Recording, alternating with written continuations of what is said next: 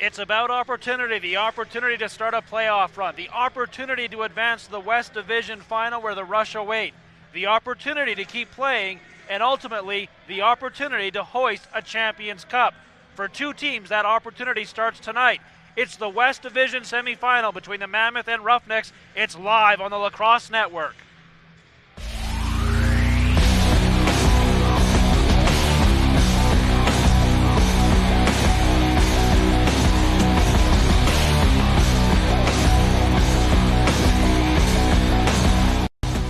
Good evening and welcome to the Scotiabank Saddledome. My name is Grant Farhall with Ryan Ballantyne, set to bring you tonight's West Division semifinal between the Colorado Mammoth and the Calgary Roughnecks. Yes, it is NLL playoff action.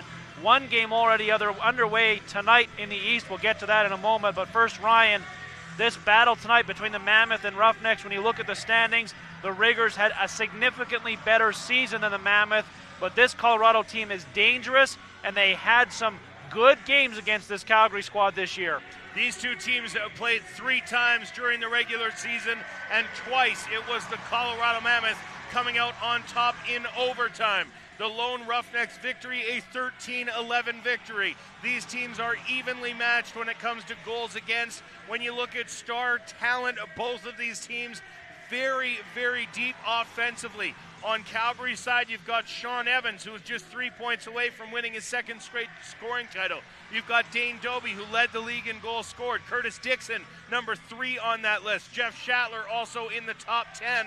And on the other side, you've got John Grant Jr., one of the best players to ever play the game, and he's got Adam Jones with him. This team very deep offensively as well, and Dylan Ward has been a revelation in goal for this team, turning the season around, and they'll be leaning on their goaltender heavily tonight. Now let's talk about Dylan Ward, because that's been one of the developing storylines this week heading into this contest. Dylan Ward having his goalie equipment stolen, a part of a break-in at his residence down in Denver, I assume. But regardless, without his regular equipment, they've had to borrow some equipment from the Vancouver Stealth. Ethan Iannucci picked up that equipment, then flew to Calgary with it. And Dylan Ward will be playing tonight, but Ryan, he'll be playing in someone else's stuff. How big a factor could that be? Well, you talk about goaltenders in sports, they're typically a very superstitious bunch. Guys that like to have their equipment, they like to have their equipment broken in. And so to look at a one-and-done playoff game and now be starting to use brand new equipment to you, it's not going to be shaped to your body. The goaltender he's borrowing it from, of course, 20 pounds heavier than Dylan Ward. So how does that equipment fit? Does it fit the way that he wants it to? And in the early going here, look for the Roughnecks to test him on stuff like 5-hole shots or shots and quick ball movement to try and see how comfortable he is in that equipment. Look for the early test from the Roughnecks on the rookie Dylan Ward. Now, you talked about John Grant Jr., no doubt one of the best players in the game ever to play the game. He did damage against the Roughnecks this year, including that overtime winner. Had another strong campaign overall, did Mr. Jr. But, you heard from him this week saying that he felt he could be better. He felt he could contribute more. He will be the guy to watch tonight if you're the Calgary Roughnecks defense. Yeah, John Grant Jr., again, the second you take your eye off of him is the second the ball's in the back of the net. This year moved to more of a passing role than we've seen from Junior in the past. Despite that, still putting up a 40-goal campaign. So John Grant Jr., again, if you added up all the things even just I've said about him, he's got a Hall of Fame career. Never mind the other announcers from around the league. One of the best ever to play the game, and will be looking to carry his team to a shot at the Edmonton Rush next week. Now, speaking of carrying a team to victory, you heard a lot of chatter from the Roughnecks themselves this week talking about their desire to have a big crowd here at the Dome. They feel when there's a big, loud crowd here at the Scotiabank Saddledome that it can help fuel them on to victory. Looks like we're going to have a good crowd here, Ryan, tonight. How big a factor can that be, that extra man that is the crowd? Well, it's interesting. I went up to Edmonton a couple weeks ago to watch the game against the Rush, and afterwards the Roughnecks players were saluting a group of fans that had taken the bus up to Edmonton, a fan bus that was put together by the team. team, pointing up at the fans, recognizing how much noise that they were making. And I can tell you, Grant, they were very noisy in that stadium that week, and so a loud, boisterous crowd could do nothing but help them. Absolutely. We'll take you down to the floor in a couple moments here for the national anthems. Oh, say, can you see by the dawn's early light what so proudly we hailed at the twilight's last gleaming, whose broad stripes and bright stars through the perilous fight o'er the ramparts we watched were so gallantly streaming, and the rockets' red glare, the bombs bursting in air, gave proof through the night that our flag was still there. Oh, say does that star-spangled banner yet wave o'er the land of the free and the home of the brave?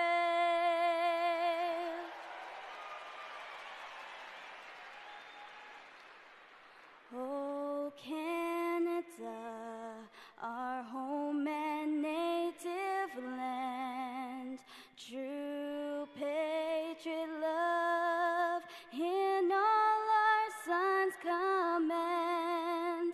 With glowing hearts we see thee rise, the true North, strong and free. From far and wide, oh Canada, we stand on guard for thee. God, keep our land glorious and free. Oh Canada, we stand on guard for thee. Oh Canada, we stand on guard for thee. All right, we're just moments away from getting this one underway. The West Division semifinal in the NLL between the Calgary Roughnecks and the Colorado Mammoth. I want to say a special hello to those down in Denver watching this game at the game viewing party at the Pepsi Center. Great to have you with us here tonight for this contest. Some of the best fans in the entire NLL reside, no question, down in Denver. Starting goalie matchup tonight, Mike Poulin for the Calgary Roughnecks, 12-5, 11.45 goals against average, and a 77% save percentage on the year. Dylan Ward, the hotshot rookie, the starting goalie, of course, for the Mammoth, the number 3 overall selection in the last draft.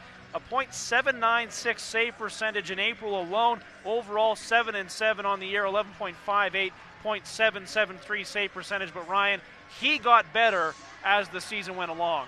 Well, and you see that sometimes with rookies. It takes them a while to adjust to the real game, the big league game. And Dylan Ward, as his career, as his rookie year, has progressed, has gotten better and better, and probably the reason why the Colorado Mammoth are in the playoffs. And remember, the Mammoth, the first ones to stop the Edmonton Rush this year, making them go to 15-1. Earlier this year, the Mammoth, the first one to do that, and it was Dylan Ward that stole that game for them. So we'll see if he can do the same here tonight against the Calgary Roughnecks. Quick scoreboard check for you. 14-12, Buffalo leading Toronto, 4 minutes to go in the fourth. That one's still up for grabs and lots to do there, as that one looks like it is going down to the absolute wire, as this one is about to get started. And of course, it will be another battle between the Snyder brothers, Bob and Jeff. Jeff had the edge this year, the all-time leader in the NLL when it comes to face-off wins, but it's Bob Snyder who wins the first face-off of this contest as we are underway. And immediately it's Adam Jones down the floor to the Calgary end of the floor. Quick shot is bounced wide of the net. That off of the stick of Dan Coates as he was trying to get a quick one on Mike Poulin, maybe catch him napping. Did not work. And now John Grant Jr. has it as Colorado is able to find that loose ball on the Calgary end of the floor. Over to Jones. Jones winds, fires. That hits a stick into the corner. Battle for it there. Actually just pops to Calgary, and they're going to come away now. Quick strike ahead. Here's an opportunity. Bounced wide of the net by the rookie Carson Leung as he turned on the Jets and almost got a good look at Ward. And now the other way, it's Cameron holding for Colorado as the action is very quick here to start this one off, as we're just about a minute into this one. No score yet, as both teams were unable to get shots on goal with what looked like pretty good opportunities. Now back on the Calgary end of the floor, it is the ex-rigger Decker. Decker bounces off a man before playing it back to Iannucci. Iannucci gets away from one man, now gets checked nicely by Harnett to the ground. Harnett not going to touch it here, just going to let the clock wind down. Shot clock violation does give Calgary possession here. Bounce to Greg Harnett, he takes it off his feet and now steps over center. Greg Harnett gives it to Darryl Veltman, and now Calgary will really get set up down this end of the floor for the first time in this game to Doby. He shoots and scores! Dane Doby, the 51-goal man for the Roughnecks, has his first of the playoffs. It's 1-0 Calgary. The only player in the league to crack the 50-goal mark this year, Dane Doby, puts it home. Dylan Ward, not much of a chance on that one as it gets into the net. And again, looking for that quick strike opportunity on the goaltender playing with someone else's equipment. Dane Doby picks up his first of the night. Face-off win to Jeff Snyder, so Calgary's going to try and do something right away again on offense. Schattler played it to Scotty Ranger, back to Schattler. Schattler gets a pick but decides to go to Evans instead. Evans, the second leading point scorer in the NLL. Another great campaign for him. Now to Schattler. Schattler winds, shoots, and just puts it wide of the net as he was looking for that top corner. And Evans climbs the glass looking for the loose ball, could not find it, and it will be Colorado possession here as they come down to this end of the floor here looking for their first damage of the game. It's McLeod. McLeod has a man off the bench. It is John Graham Jr. He tries a quick shot. That's wide of the net. Bounces to the near side. Battle for it there. It's Paula coming away with it. He had an overtime winner on Crossout Cancer night earlier in the year. Loses it here, though, and Calgary comes away with it. Nice defense there, including from Dan McRae. McRae plays it to Evans as Calgary gets their offense on the floor. Evans loses it, though, as it popped out of his stick. Rolls, though, eventually to Curtis Dixon. Dixon now to Schattler. Schattler has a man off the bench. It's Ranger. Now gets into the hands of Evans. Evans looking for an opening. Over to Schattler. Nice save there by Ward as he goes post to post and shuts the door, and a good chance there for Jeff Schattler. Yeah, Schattler looking for the quick stick opportunity. It was a little farther away from the net than you typically see those one-timer attempts and was unable to put it behind Ward. Now that Mammoth can't do anything with it as Decker had it popped out of his stick as he was trying to cut through the slot area. Played ahead to John Harnett. Harnett has Jeff Snyder with them. Snyder, though, is going to now hit the bench. Harnett just hangs on to it and allows Calgary to get their offensive weapons out there, including Curtis Dixon, who plays it down low to Evans. Evans, nice step towards the net, hangs on, curls back. And now he'll play it up top to Veltman, who comes across to Doby, the goal scorer in this one. 1-0 Calgary leads, 11:43 to go here in the first quarter. Nice move there. Now over to Veltman, he shoots, and Ward gets his toe on that one. Biggest save of the early going here for Ward. Shots on goal, 3-0 favoring Calgary as Mike Poulin has yet to taste the ball in this one. Now here's Bob Snyder. Snyder has a man off the bench. It's Jones. That shot is blocked by McRae. He took it in the mush, and he's down on all fours. Back the other way, it's Carson Leung as McRae is now slowly going to the bench. We'll keep an eye on that situation. Scott Ranger has the ball here for Calgary. Just waiting for his teammates to join him. Hangs on to it. Now he's going to work it from the far side. Plays it to Schattler. Schattler now to Dane Doby. Doby has Evans.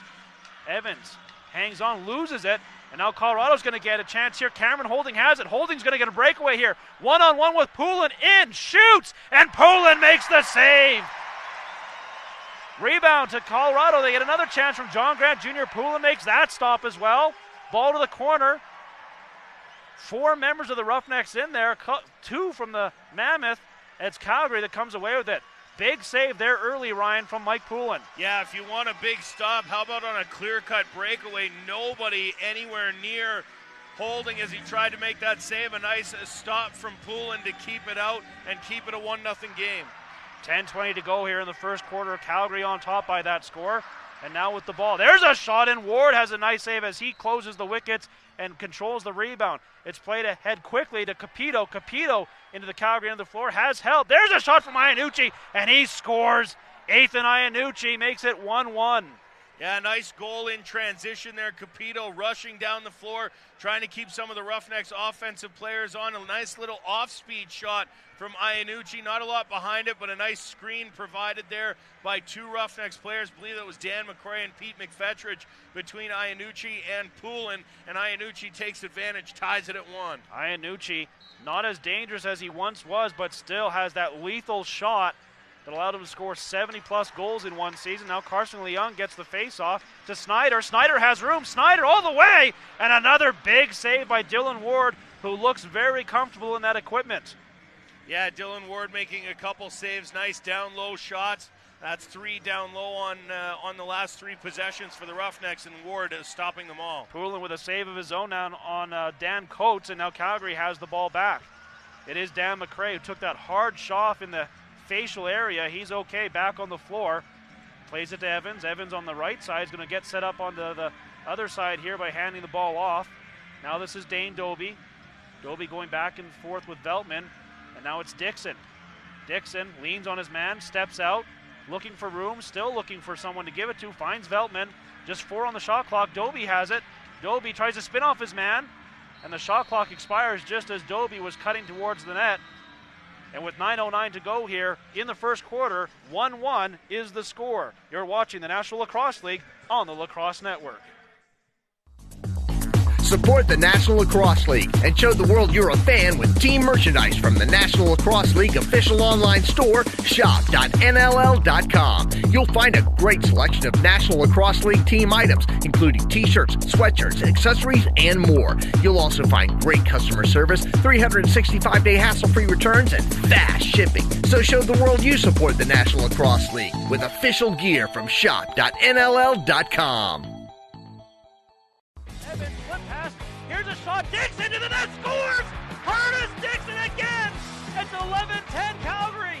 Want more great NLL action? Subscribe to the Lacrosse Network on your computer, tablet, or mobile device for access to all the games, live on YouTube. Get highlight reels, interactive player interviews, and behind-the-scenes coverage on all your favorite teams. YouTube.com/TLN. Subscribe today.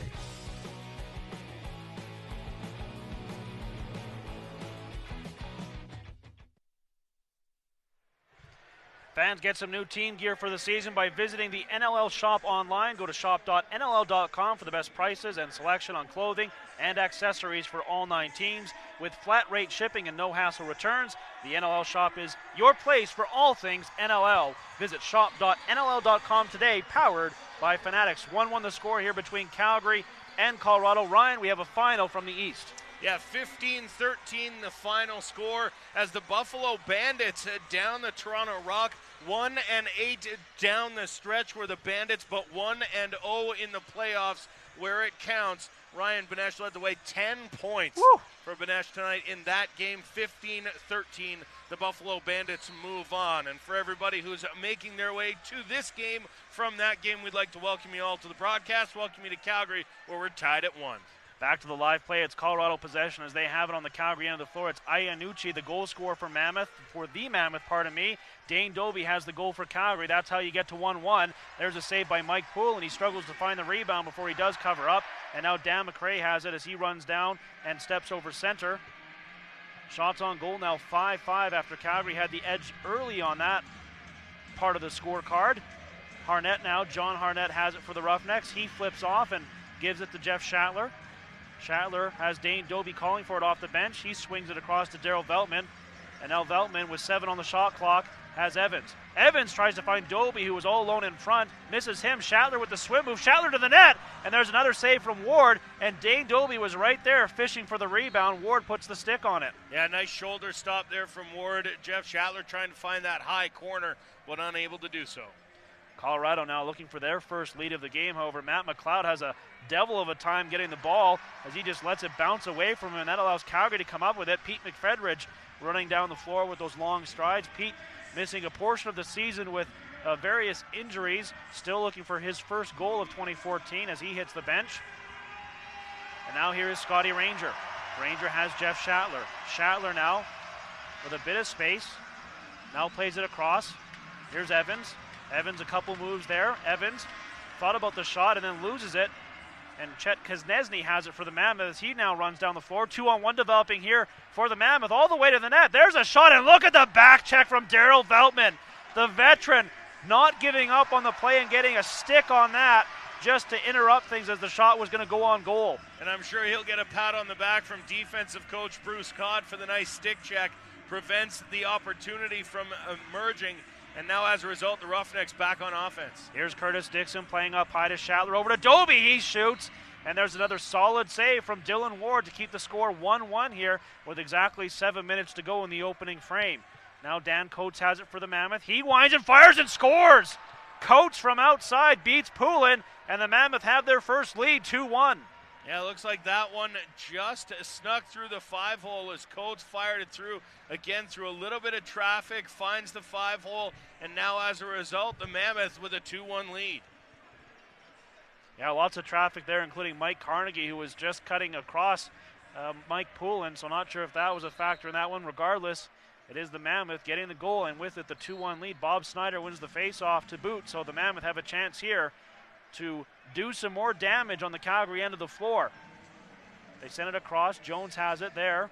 Jones, well defended, so he's going to look to give up the ball here. Actually, he's going to get some help from John Grant Jr. That frees him up. Jones, space, fires, scores! Jones beats Poulin through the 5-hole as well, and it's 3-1 Colorado. Yeah, that one seemed to catch Poulin a little bit by surprise as he came out, and we'll see the trainer now coming out, maybe throw a little tape on the shoe there, as that one, yeah, again, just seemed to catch Poulin a little bit by surprise. Jones gets it in there and makes it a 3-1 Colorado lead.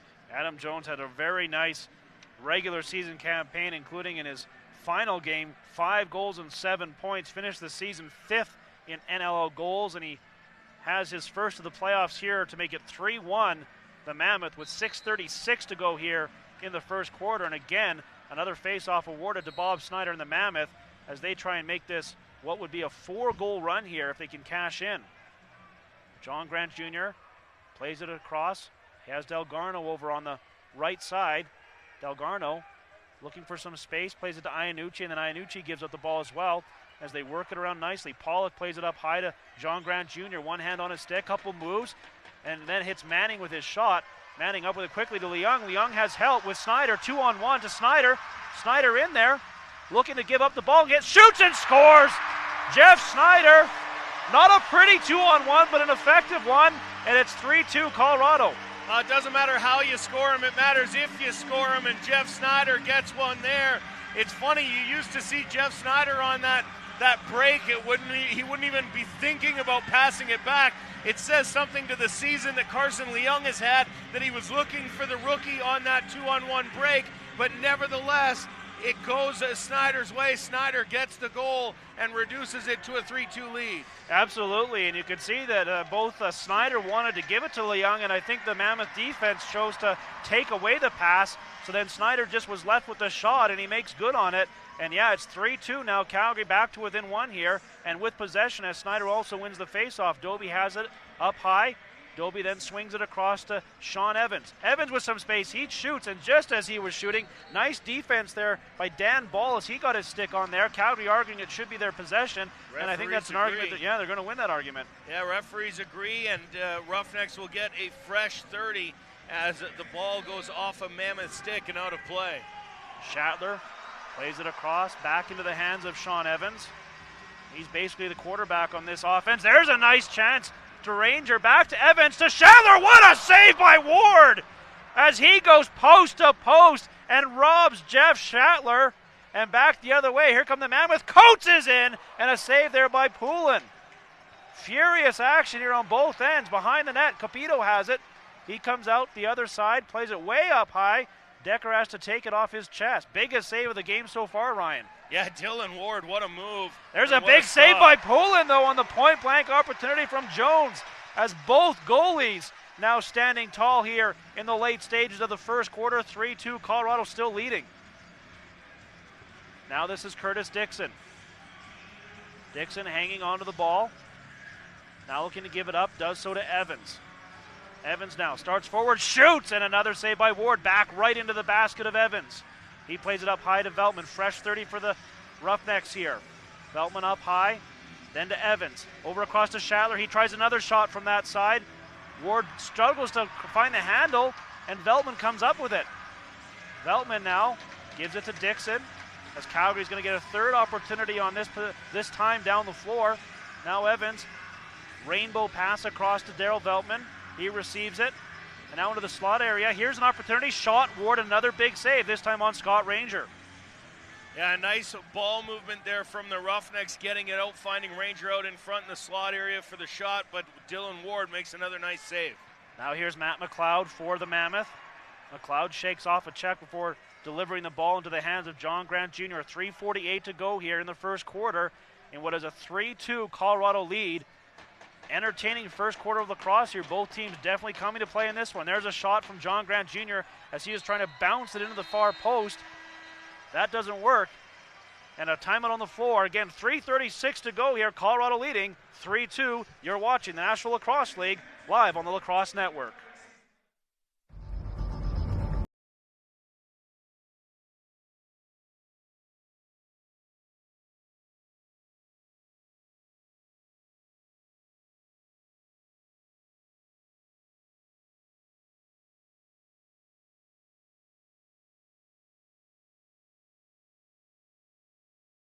Season tickets today to lock in the best seats at unbeatable prices. Visit ColoradoMammoth.com.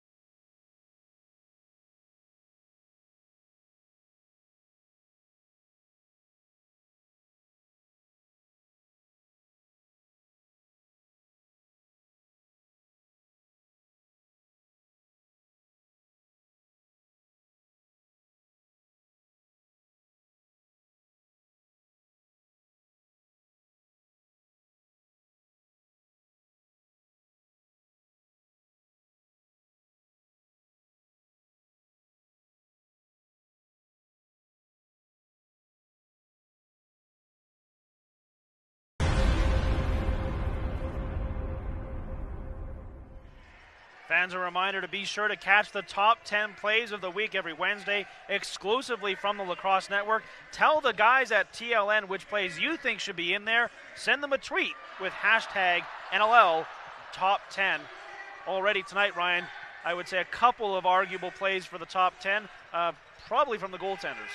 Yeah, that was a heck of a save from the rookie Dylan Ward on Jeff Schattler, just getting the glove out and getting a hand on it and keeping it a 3-2 game. Mike Poulin, of course, has had a couple nice saves of his own to start this game. So both players on either end of the twine making their case to get in that NLL top 10. Remember, hashtag NLL top 10. Calgary with possession here. They trail the Mammoth 3-2. We've got 3:23 to go here in the first quarter. Veltman has it. Veltman plays it across. Dixon can't handle it cleanly. Does pick it up on the wall, though. Now he starts forward. Dixon tries a move. Dixon tries the shot. Ward the save. Rebound is there available. Evans dives for it, but it's into the hands of the Mammoth. And then a big hit laid by Curtis Dixon as he lowered the boom. The Mammoth, though, hang on to possession. Yeah, Curtis Dixon hits two Mammoth players to the floor in that hit, but doesn't come up with the ball. Now John Grant Jr. behind the net, however, a fraction away from the ball, and that gives Calgary possession back here with now under 3 to go here in the first quarter. The score remains 3-2, Colorado leading by that single goal. Now Calgary looking to make it a tie game here on this possession. Jeff Schattler has it. Schattler plays it across to Sean Evans. Evans now tiptoes into the zone. Now hands off to Scotty Ranger. Ranger now guarded on the play, so he hands off. Now Mike Poulin running the bench here. Behind the net, we have Dane Doby with it. Calgary trying to go for a 6-on-5 here. Behind the back shot by Doby. He's arguing that Ward got a piece of it. The officials are going to talk about it here. Yeah, it was a holding the stick penalty call. Yeah, you're right. Good eyes. Exactly it. That's why Poulin on the bench. I was looking for the arm in the air, and I just missed the official. Yeah, I didn't see it either, but I couldn't imagine that the Roughnecks would just have Poulin off the bench. So the arm came down, but nevertheless, it's going to be Kuznetsy skidding for 2 or less as the Roughnecks head to the power play. And that power play real good, 55.4% during the regular season. The penalty kill for the Mammoth overall 54.4%, but it was really good after the coaching change, nearly 75%. So this will be a good test. Sean Evans has it now for the Roughnecks. He gives a development, nice move, and then his shot interrupted on the play, and now a quick pass ahead, and here's an opportunity for Joey Capito. Capito enters the Calgary zone and then slows down, thinking better of trying for an opportunity there. Instead is going to hand off and allow his teammates to kill some clock here, as there still is a minute 23 to go here in that Calgary power play. Now here's John Grant Jr., always dangerous short-handed. Now gets a step, tries the shot, and bounces it wide. He's been going to that bounce shot a lot here in the first quarter, Ryan. Yeah, trying to find that top corner, throw a little confusion at the goaltender as it'll change levels and maybe get up over that top shoulder. But so far, just a little off target. John Grant Jr. on the bounce shot. Calgary still with 59 seconds to go here on this power play. Back to the Mammoth end of the floor. Here's Doby with it. Doby gives it to Evans. Evans then tried to go across the other side, picked off, and now here's Capito again. He's going to get a breakaway. Capito down the floor, in there. The move, and another save by Poulin. Second time he has stopped a breakaway in this opening quarter. Yeah, Mike Poulin this time stopping Joey Capito, who was right on top of the crease, but Poulin makes the arm save, keeps it out, and keeps it a one-goal game. Down to 30 seconds remaining in the power play. Here's Veltman. Nice pass to Dixon. He shoots, and Ward makes the shoulder save on that. And now the Mammoth down the floor. Under a minute to go here in the opening frame. Here's Reed with it. Reed all the way to the net. Shoots. Poulin the save. And then controls the rebound. Up with it quickly. Looking down the floor. Gets it into the hands of Sean Evans. 25 seconds to go here in the first quarter. Evans now. Thought about a shot. Then thought better of it. To Ranger. Scores! No goal. Ranger in the crease. Not calling for the flag either. Looks like he agrees. Score remains 3-2 here. Colorado with the ball as we're into the waning moments here. Under 10 seconds to go in the quarter. And Kurt Milosky puts the flag back in his pocket. Ward to the bench. Colorado, though, not really aware of the clock there. They didn't even get a shot on goal. Yeah, it was funny. I think they let the shot clock.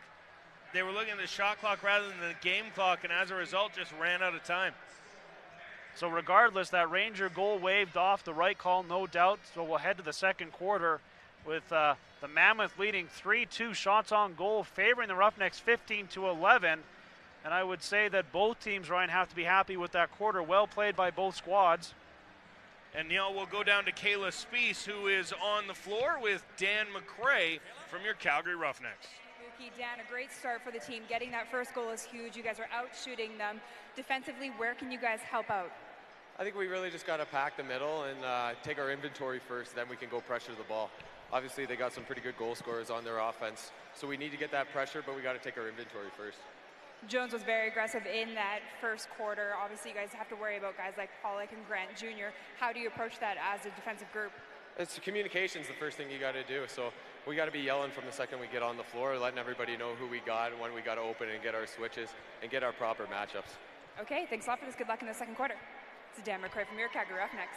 Thanks, Kayla. 3-2, the Mammoth lead after the first quarter. We'll be back with the second quarter. You're watching the National Lacrosse League live on the Lacrosse Network.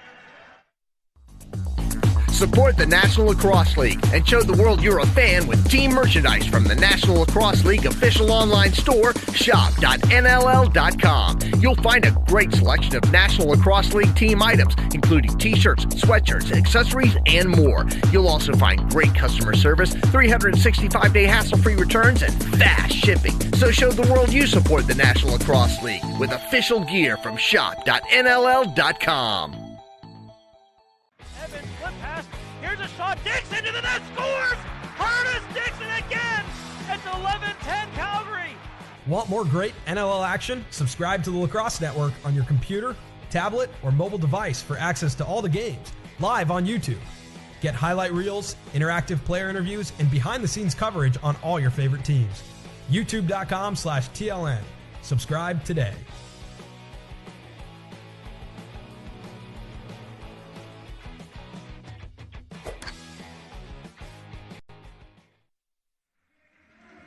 Fans should the Roughnecks win tonight, they would host the Edmonton Rush in Game 1 of the West Division Final here at Scotiabank Saddledome next weekend. Visit CalgaryRoughnecks.com for the latest info on those game dates, times, and tickets. Still lots to do here tonight before we have settled that affair, though, as right now it is the Mammoth leading 3-2 after the first quarter. Ryan, I thought the Roughnecks were actually slightly the better team. Pretty even. I'd give a slight edge to the Roughnecks, but Dylan Ward, once again, looks real good in that Mammoth net. Yeah, Dylan Ward made a couple of stops, not to take anything away from Mike Poulin stopping 2 breakaways, but Dylan Ward kept a couple sure ones out of the net and kept this a 3-2 game, especially the one off Jeff Shatler comes to mind. But again, you got to give credit for Mike Poulin on the other side.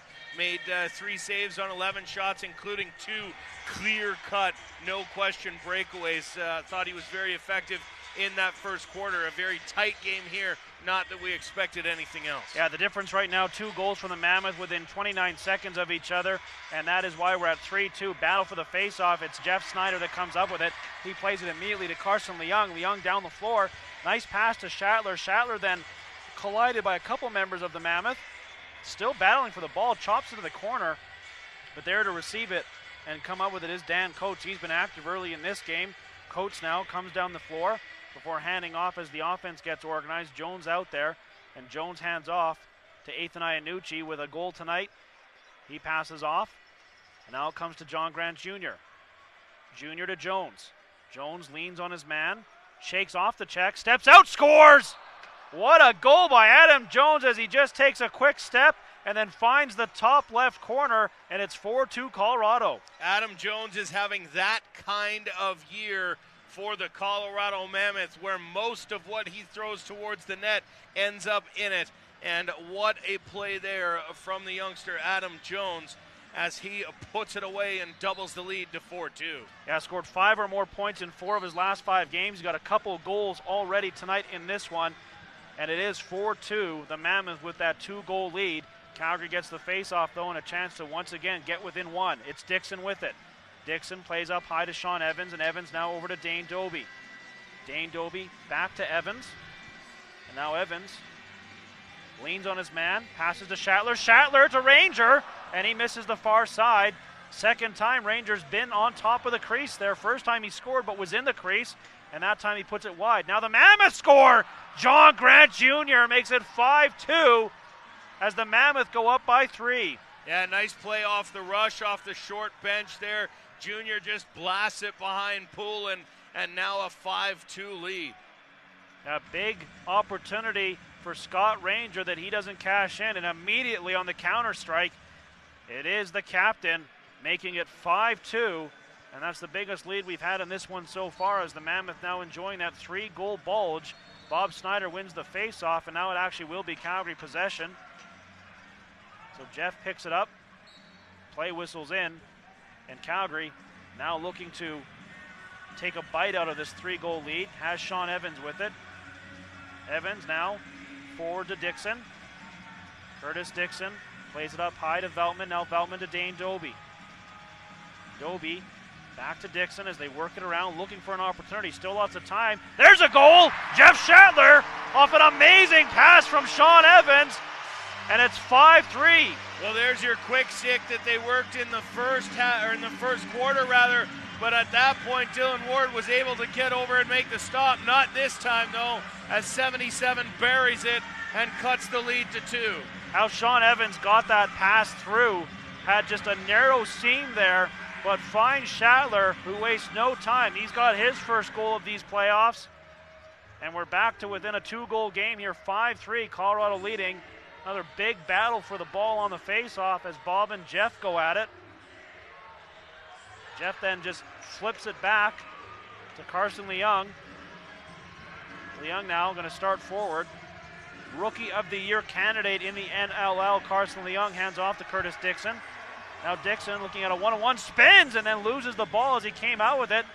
Shatler gets a crack at coming with the loose ball, can't, and it's Colorado now going to push the action down the floor. It's Reed with it. Reed all the way and then pulls up and takes some hacks as he does so.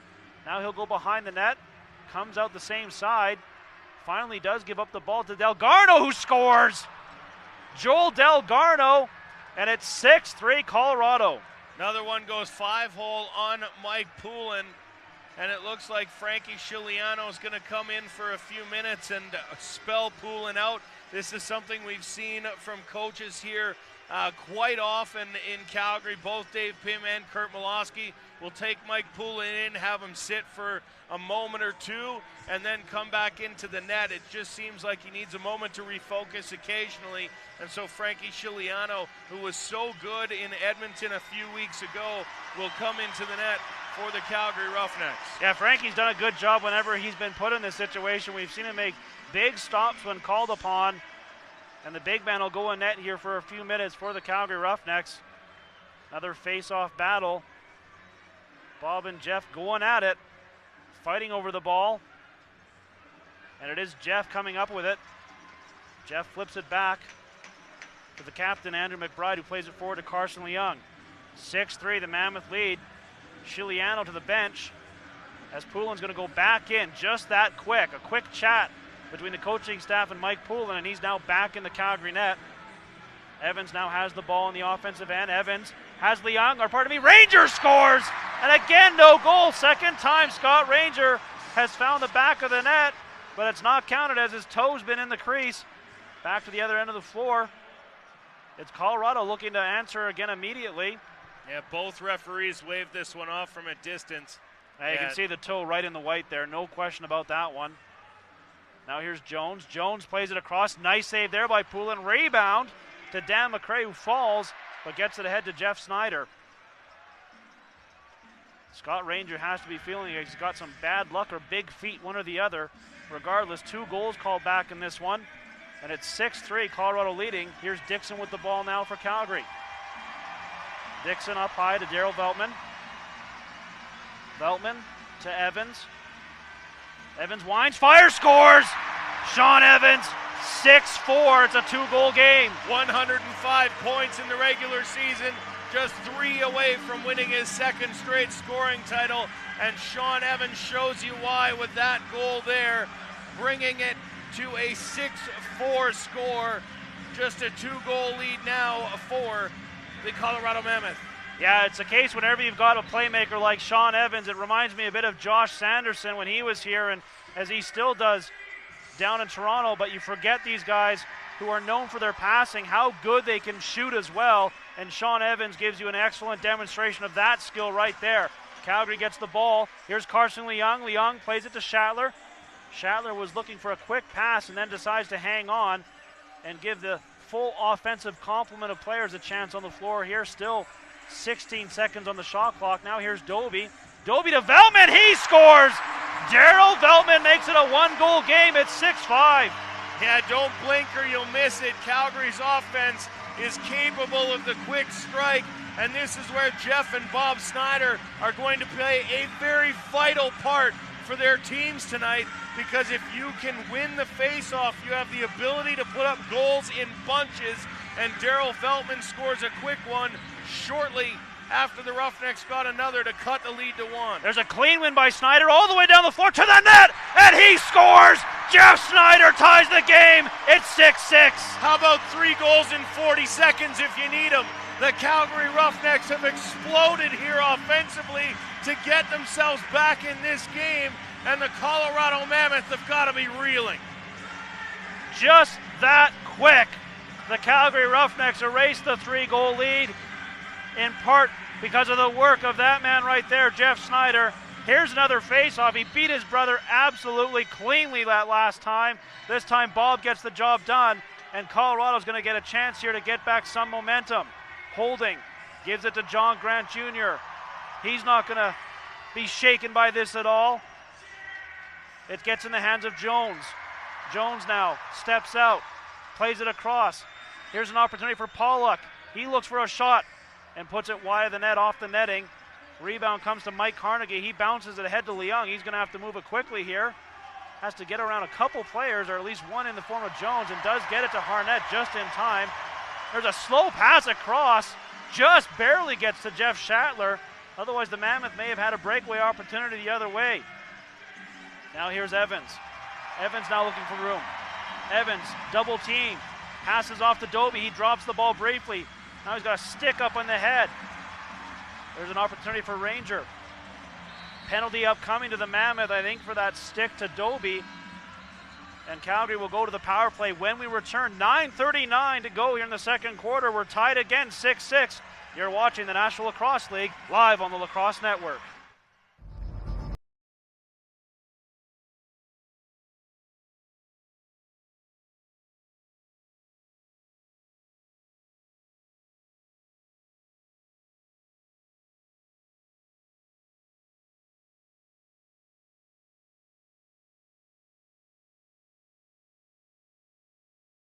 Tickets today to lock in the best seats at unbeatable prices.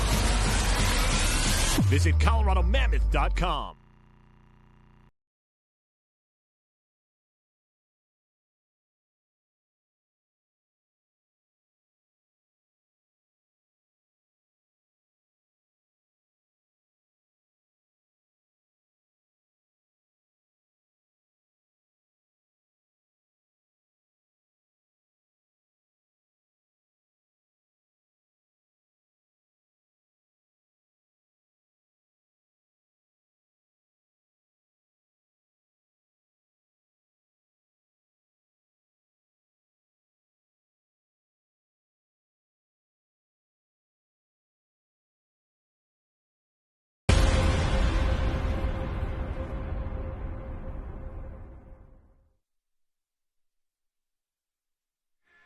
Well, a special hello again to fans down in Denver watching this game, in particular those of you at the Pepsi Center watching it at the game viewing party being hosted by the Mammoth. Glad you're with us. Remember, if the Mammoth win tonight, they would host Edmonton in Game 1 of the West Division Final at the Pepsi Center. That game next Saturday, May 10th at 7 p.m. Single game tickets to Game 1 of those West Division Finals would go on sale tonight, 9:30 p.m. at altitudetickets.com. If Colorado advances, you want to get your tickets right away to that one. Calgary to the power play 0 for 1 on the night so far, and it's an illegal cross-check, Ryan. Yeah, illegal cross-check to call. Creighton Reed going to sit for 2 or less as the Roughnecks power play will try and go back to work here. Again, 6-6 the score.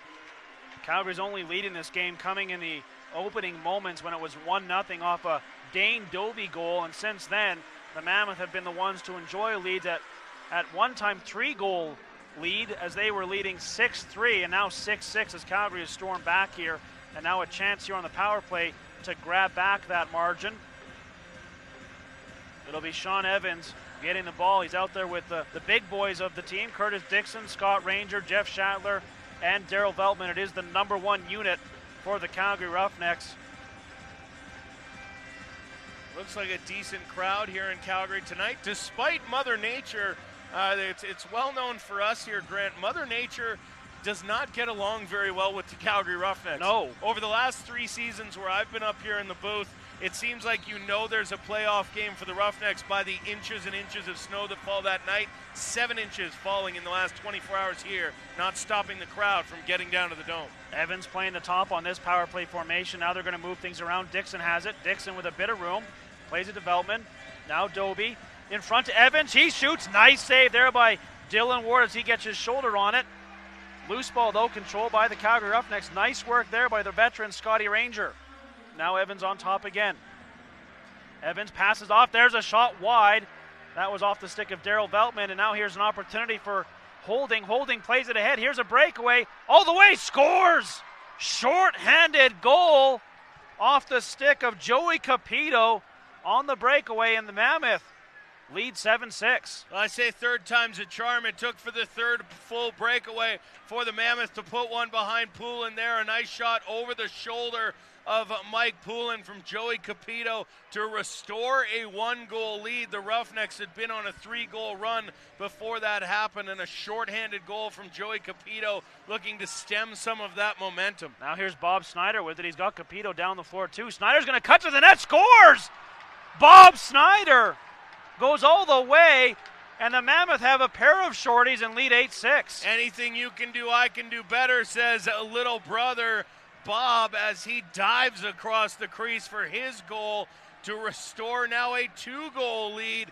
And we talked, Grant, about the importance of getting a face-off and how that can either continue or stop momentum. Well, Bob Snyder, like Jeff had done just a few minutes earlier, proving that to be the case. Yeah, this power play going all kinds of wrong for the Calgary Roughnecks as they are now -2 on it. Jeff wins this face-off, and Calgary now looking to just undo some of the damage caused here shorthanded if they can cash in on the 5-on-4. Dane Doby has it. Doby and Shatler playing on the right side. Now they're going to give it up tied to Veltman. They go back and forth. Veltman winds to Dixon, back to Veltman. He shoots. Ward the save. Ball to the wall. Shatler has it there. He immediately is pinned to the wall by Joey Capito, but Shatler comes out of that scrum with the ball. Now to Dane Doby. Doby to Veltman. Veltman over to Evans. Evans, nice pass, scores. Dane Doby on the power play. Second of the night. And the Roughnecks are back to within one as they do get that power play goal. A power play that they're probably just happy is done now. Yeah, cuts in front and gets the goal there right on top of the crease. Sean Evans finds Dane Doby as he has done countless times this season. And Doby makes no mistake putting it behind Ward and getting it to a one-goal game. 8:07 to go here in the second quarter. Big face-off battle. Jeff Snyder comes up with it, flips it to himself, then rips it across to Dixon. Curtis Dixon with the ball. Capable of going off for huge goal totals at any moment. Did it a couple weeks ago against the Rush when he put 7 in. Veltman gets the ball off the end wall on that deflected shot. Now to Dixon to the net. He scores right on cue. Superman. And it's 8-8. This game is challenging the scoreboard for sure. 16 goals with 7:45 to go in the first half as Curtis Dixon takes a nice feed and deposits it over the top shoulder of Dylan Ward, who's now taking a break to adjust that borrowed equipment. Again, Dylan Ward not playing in his own equipment tonight. That equipment stolen after the last game that Colorado played from his house, and as a result now he has to play in someone else's equipment, borrowed some from a Vancouver goalie, but Curtis Dixon puts it home. And like you mentioned, Grant, he's a guy that scores in bunches. Yeah. 44 goals on the year, a couple of 6-goal games, a 7-goal game, and a 5-goal game. So when Curtis gets going, he gets going. And otherwise, a couple of 1-goal efforts for Superman. Yeah, here's the kind of season he had. Held to 1 goal or less in 8 of the Roughnecks' 18 games, and yet he scores 44. So when he scored them a lot, and he's got one tonight. We'll see if he now heats up. Here's Dane Doby with it. He plays it to Shatler. Shatler sends it across to Evans. Evans now shoots, and Ward makes the save. Looks like he was a little shaky on that one. Wasn't sure where the rebound went. Tricky bounce shot by Evans that he took off the high chest area. Now battle for it in the corner. A couple players from each team in there fishing at it.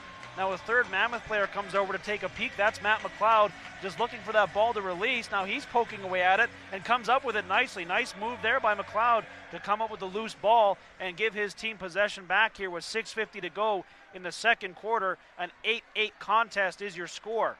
Here's John Grant Jr. He starts forward, looking for someone, spins off a check, nice move all the way, nice save by Poulin as he gets the toe out to kick away that shot from John Grant Jr., who was dancing. Now back the other way, here comes Jeff Snyder. Snyder looking ahead, tries a shot, Ward kicks that one out. Jeff Shatler gets the loose ball and a fresh 30 for his team. 6:20 to go now, shots on goal, 25-18 favoring Calgary. 8-8 the score in what has been a really good game of lacrosse here at the Scotiabank Saddledome. Here's Scott Ranger. Ranger has Dane Doby, 15 still on the shot clock. Doby spins off a couple of checks, now spins off another one. Doby hangs on behind the back shot, and Ward closes the door on that one. Yeah, you got to know the book's out on Dane Doby, trying that over the back, over the shoulder shot. You got to expect it, be ready at any time, and Ward makes the save. Looked like Holding had a bit of a lane there, still with the ball though, plays it behind the net, has a man there. There's John Grant Jr., what a pass as he sends it across out of nowhere. And Ethan Iannucci has his second of the night, but that is all John Grant Jr. Yeah, that's a pass and a half from the Hall of Famer as he finds Iannucci. Over the back pass to a streaking Iannucci.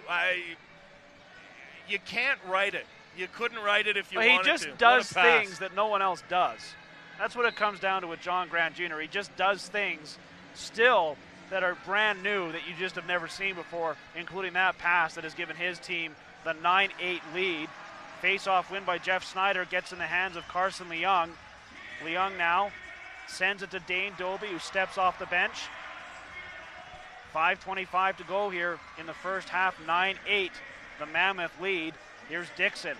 Dixon spins off a man, spins the other way. Another move by Dixon to the net. Stepped in the crease, but that's some nice work there by Curtis Dixon as he was feeling it. Now the other way, here comes Creighton Reed. Reed hangs on, pass off. Colorado will just slow things down here rather than take the quick strike opportunity. Pollock delivers to Grant Jr. Now he goes behind the net to Pollock, who was all alone there, but it was just out of his reach. It does come to Delgarno, though. Delgarno across looking for Pollock, and eventually it does bounce back to Poulin. Poulin quickly ahead to Curtis Manning. Manning steps into the Colorado zone, then pulls up there. Instead gives it to Scott Ranger with 4:34 to go here in the second quarter. 9-8, the Mammoth with the one-goal lead. Doby passes off, gets the return fee, but it bounces off his stick right to Dylan Ward. And now he quickly moves it ahead to Holding. Holding gets a step around Evans. Holding passes off. There's the shot, and Poulin makes the save. Calgary gets possession. Leung has to reach for it. Then tried to find Doby, who was streaking. That patented move by number 44 doesn't quite work this time. And instead it is Colorado coming back the other way as the action is fast and furious right now. Here's an opportunity, scores! Pollock beats Poulin, and again the Mammoth have a 2-goal lead. Yeah, the Mammoth doing very well at getting it in there when we've got a bit of a transition game where it goes down the floor quickly. The Mammoth capitalizing on Calgary not setting up their defense and getting it in there. And 18 goals so far in this first half of lacrosse here between these two teams. I have to think that both coaches will be asking their squads, Ryan, for some adjustments on defense. Yeah, I can only imagine that the coaches won't be happy, either coach, with how their defense is played here in the first half. Colorado continues to lead 10-8. Final timeout of the second quarter. You're watching the National Lacrosse League live on Lacrosse Network.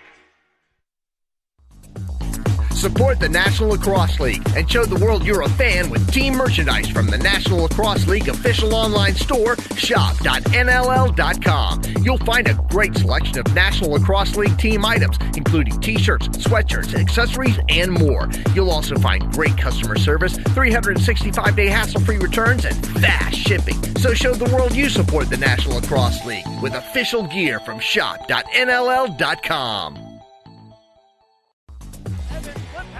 Here's a shot. Dixon to the net, scores! Curtis Dixon again! It's 11-10 Calgary! Want more great NLL action? Subscribe to the Lacrosse Network on your computer, tablet, or mobile device for access to all the games, live on YouTube. Get highlight reels, interactive player interviews, and behind-the-scenes coverage on all your favorite teams. YouTube.com/TLN. Subscribe today.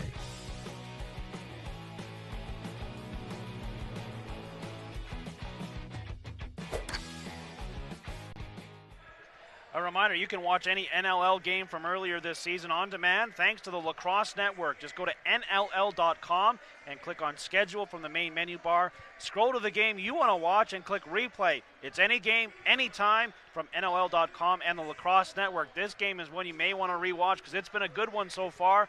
Plenty of goals, 18 of them, 10 of them from the Mammoth, and they lead 10-8 here. 3:56 to go here in the second quarter, but we were just talking about it, Ryan. Neither of these teams will be happy with that amount of goals being scored in this first half.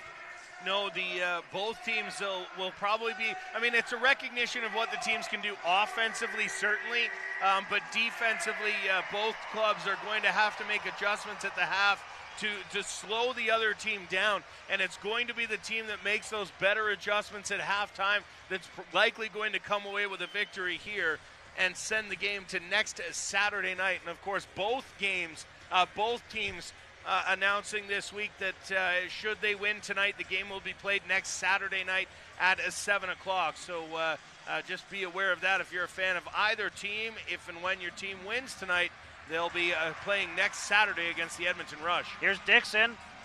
Try to make a move on the defender and then steps away from it. Calgary trailing by 2 here. That's kind of been the story of this first half. Calgary's been trailing the entire time except for some ties and a 1-0 lead they enjoyed for a brief time. Now they're down by 2, looking to change that. Schattler plays it behind the net. Evans steps out from there. Pardon me, that's Veltman. Veltman delivers it to Evans. Evans now, nice move. Evans shoots and just misses the far corner. And with that, the shot clock will expire, and the Mammoth will have a chance here to go up by 3 here. That's been the largest margin they've had in this game so far. Right now, 10-8 is the score. John Grant Jr. already a big night. He's got 1 goal and 4 helpers and the ball right now. Jr. spins off one check to Jones. Jones then a nice pass to Iannucci. Iannucci's shot is blocked, and here's an opportunity for Andrew McBride in transition. McBride has a man with him. McBride all the way, shoots and puts it wide of the net. Jeff Schattler gets the loose ball, though. Now to Harnett. Harnett back to Schattler, and Colorado gets back on defense. Scott Ranger with the ball now. 13 seconds on the shot clock. Evans with it as he takes it from Ranger. Evans now to Ranger on top of the crease. Can't control the pass. Ward puts the stick on it instead and then plays it ahead quickly into the waiting hands of Dan Ball. Ball hands off to Jones. Jones with some space. Here's an opportunity. Shot, save, Poulin as he makes one of his biggest saves. Jones then gets the ball. Another shot, another save, Poulin. Where is it? And it will be the Mammoth retaining possession. Yeah, they're calling Jeff Snyder on an over and back for picking it up outside the crease and coming back into it. Couple big stops there by Mike Poulin, though. And now Jones with the ball again. Back to the net and back to the defender. Spins off his man. Nice defense there. John Grant Jr. shoots and a ripper of a shot that Poulin stops up into the netting, so it will be Mammoth getting possession still. John Grant Jr. now with under 2 minutes to go here in the second quarter. The Mammoth lead 10-8. And another opportunity with this possession. There's a behind-the-back chance from Jones. It's well wide of the net. Mammoth still with it, though, as they now change some personnel. Ball is thrown to the corner. No one can get it. No one seems to want it. Leung finally does, and Leung's going to play it ahead to Manning, but he throws it away. And the Mammoth are going to get another opportunity here as Calgary a little sloppy with the ball there. 90 seconds to go in the first half. The Mammoth lead 10-8. Capito has it. Capito to Delgarno. He's got a goal in this game. A lot of guys do with 18 goals on the scoreboard. Delgarno passes off to Pollock. Pollock defended on the play, so he swings it back to John Grant Jr. Jr. with a little bit of room. He shoots and right into the chest of Mike Poulin, who's up with it quickly. Plays it down the floor to McIntosh, but a whistle on the play, and we're going to get a holding the stick call, I believe, against the Calgary Roughnecks. Yeah, Garrett McIntosh a little disappointed there as he thought he had a clean break, but holding the stick call on Jeff Snyder, who's going to have to sit for 2 or less, and the Mammoth power play going to go to work for the first time tonight. 49.4% on the regular season, but again, so much different when they made the coaching change. Since that change, 67.65% on the season. So that was one of the areas that they certainly addressed with the personnel change behind the bench.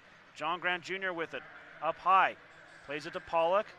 Now they're going to move things around a little bit. Grant Jr. gets it in the same spot, though. Back to Pollock. Pollock shoots and bounces it wide of the net and into the crowd, which will give Calgary possession here with 42.5 seconds. Of course, the last power play Calgary had, it was the Mammoth getting 2 shorthanded goals, which is really the margin of victory right now in this game. Manning now looking to move the ball, does so as he gets it into the hands of Jeff Schattler. Schattler out there with Dane Doby, Darryl Veltman, and Curtis Dixon. Doby hanging on. And now plays it to Schattler. Schattler to Doby. Veltman peeled off his man. Doby didn't see him, though. Doby hanging on. Now he shoots. Scores! Dane Doby beats Ward as it somehow goes in, and that shorthanded goal makes it 10-9. Just trickles through Dylan Ward, and Ward even thought he made the save. In fact, I think even Dane Doby thought he made the save, but it just manages to roll just inside that far post and or in the near post rather, and we get ourselves a shorthanded goal for the Roughnecks now. So that's 1 back if the Roughnecks are looking to even up that department. But a nice goal there from Dane Doby. Now keep in mind, Jeff Snyder in the penalty box, so Curtis Manning is the guy on the draw. There's a big hit thrown by Dan McRae on Cameron Holding. And now everyone's going to come together to have a chat. Timeout on the floor, Colorado. With 13 seconds left, they're going to look for a last possession set play here. But, some discussion being had by the players on their way to their benches, but timeout in favor of the Colorado Mammoth. I wouldn't say this game has been particularly physical. No, it hasn't. There haven't been the big hits that we've seen occasionally here in the National Lacrosse League, but when you're scoring that many goals in transition, as the Colorado Mammoth have tonight and the Calgary Roughnecks as well, you see less opportunity for those big hits to hit. And there's the replay of Doby's goal just a few minutes ago that you saw just sneak inside the post. And you can hear the Calgary fans behind us now trying to make a little bit of noise for the Roughnecks as they look to hold it to a 1-goal lead in favor of the Colorado Mammoth heading into the half. Absolutely. Still a minute 11 to go in the Jeff Snyder penalty, but the 13.9 seconds is what's on the clock here to wind down the second quarter. The Mammoth will just play this one 5-on-4 as Ward stays in his net. John Grant Jr. plays it to Jones, goes back to Jr. Now he's going to go across the other side as they work it to Pollock, to Jr., back to Pollock. Now to Jones. Jones winds, fires, hits a body. Ball to the corner. Quick pass to Jones does not work, and we'll head to the locker rooms with the Mammoth leading this one 10-9. Final shots on goal in the second quarter, or at least at the end of the second quarter, 27-25. The Roughnecks with a slim lead there, but they trail on the scoreboard that matters. 10-9 is your halftime score here as the Mammoth take that 1-goal lead to the locker room. Again, a couple times in this game, the Mammoth leading by 1 goal. In a moment, we'll send it down to Kayla Spees here, who has Kurt Malosky. Thanks a lot, Mookie. Coach, there was moments where both teams had momentum. What will it take to take full control from Colorado? Well, you know what, I don't like the way our guys are getting on and off the floor. We're all standing there and they're just running numbers on us, and they're scoring a lot of broken plays. We need to let our 5-on-5 defense play 5-on-5 defense, and let our 5-on-5 offense play 5-on-5 offense. We're just forcing it. We don't want to track meet tonight. We're a possession team. We said it for a few years now, so we have to settle in and let our best players be our best players. 3 goals in 36 seconds. That is very impressive. What did you like about that spurt of offense? Well, you know what? We just got to keep believing in ourselves. Their goaltender's making some stops, but we just got to keep going. We're grinding them down. We're a fourth quarter team, and we just got to keep chipping away. And, you know, we don't have to try to win the game in the first half or right away in the third. We have to just play smart and stick to our systems, and at a matter of time, that tree will fall. Thanks a lot for this, Coach. Best of luck in the second half. Thanks, Kayla. In conversation with Coach Kurt Malosky. Interesting, Ryan, that he pretty much puts the blame on the defensive problems, not on the defense, but rather on it sounds to me like the offense not getting out on the floor or off the floor quick enough. He wants to see his 5-on-5 defense get a chance to really work against some of these big weapons the Mammoth have. Yeah, that's a constant refrain actually from Kurt Malosky, is that when the offense doesn't get off the floor fast enough, that's going to kill the defense. And that's certainly what he said there to Kayla, and we'll see if he, I imagine, will go into the discussion at halftime saying, hey, great that you scored 9 goals, guys, but you got to get off the floor when you don't score. Absolutely. Checking out the stats, offensive leaders for the Calgary Roughnecks, Dane Doby, 51 goals during the regular season, 3 tonight, add 2 assists for a 5-point night. Daryl Velbin, 1 and 3, along with Sean Evans, 2 goals for Jeff Snyder, and Jeff Schattler goes 1 and 1. Face-offs dominated by Jeff Snyder, 75% of them going in his favor over his brother Bob. On the Colorado side, who else but John Grant Jr., 1 and 4 on the night, one of those 4 assists. Absolutely filthy. Cameron Holding also 3 helpers, 2 goals each for Adam Jones and Ethan Iannucci, 1 and 1 for Bob Snyder and Joey Capito, a single from Joel Delgarno, and that's how you get to a 10-9 Mammoth lead here as we get to halftime. And stay tuned, we've got a number of features for you during halftime, including the always popular Top 10 Plays of the Week. You're watching the National Lacrosse League on the Lacrosse Network.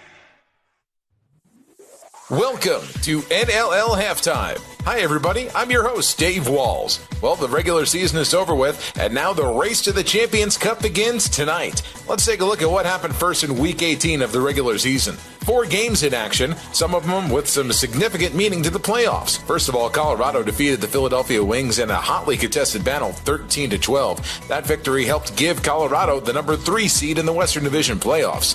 Toronto moved up to number 2 with a win over the Minnesota Swarm, 8-6. Rochester helped Buffalo continue their slide with a 16-14 victory. Finally, Calgary took it to the stealth, 14-8. Let's get a look at the final standings now as we move towards the playoffs and let you know who's going to be playing whom this weekend. First of all, in the NLL's Eastern Division, the Rochester Nighthawks have a first-round bye with their 14-4 record. Toronto's victory on Week 18 helped push them to 9-9, and now they have a home playoff game where they'll be playing the number 3 seed Buffalo Bandits tonight. Buffalo's slide to 8-10 is certainly a disappointment, but with a win over Toronto tonight, all is forgotten in Bandit land. The Philadelphia Wings fell to 4th place, missing out of the playoffs with a 6-12 record, while Minnesota will look for their young squad to rebound in 2015 with a 4-14 win-loss record. In the NLL's Western Division, the Edmonton Rush reigned supreme with a first-round bye and an impressive 16-2 record. The Calgary Roughnecks sit comfortably in 2nd place with a home game as well, with their 12-6 record, just 4 games back of the Rush. Colorado was able to secure the number 3 seed in the Western Division. They'll go on the road with their 8-10 record, while Vancouver wraps up a disappointing first season in BC with their 4-14 record. However, all these records are thrown out now that we're in the playoffs, so all teams are on the same level. That does it for this edition of NLL Halftime. Thanks for watching. Enjoy the playoffs, and we'll be back next week to talk more NLL action. This is the National Lacrosse League.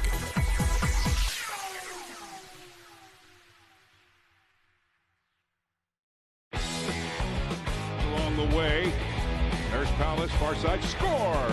Tic-tac-toe, Nighthawks with the man advantage, and they take a 1-goal lead, 7-6. Ellier sends it across, down low, Barron scores!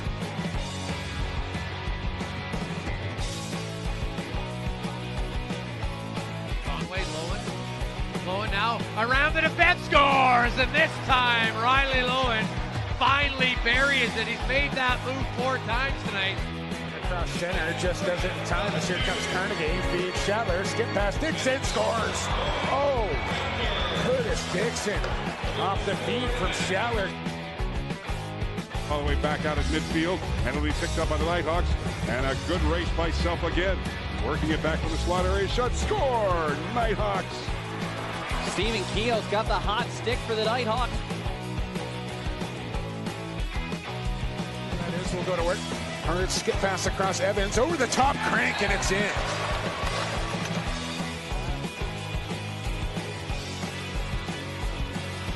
Name we haven't mentioned much this evening.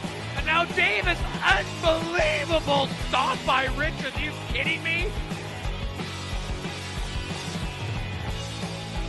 Now Gaich, hard feed, good one right on the mark.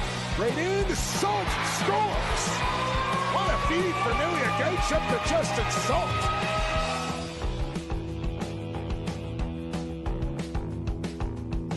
At home tomorrow, their final game of the season in front. Lincoln, a backhander, scores! That one surprised Bold, and we're tied at 2. Back to Davis. Now Low Church in front, White on the door, they score! What a goal by Curtis Knight, a nifty little backhander, his 2nd of the night, 35th of the season, and the Rush have a 2-goal lead.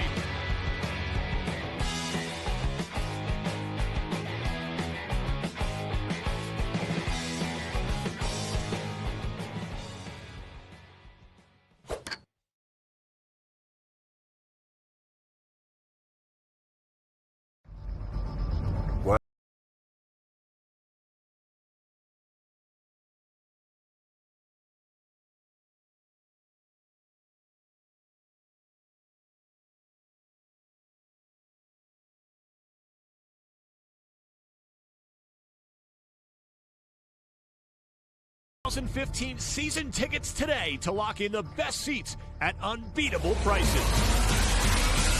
Visit ColoradoMammoth.com.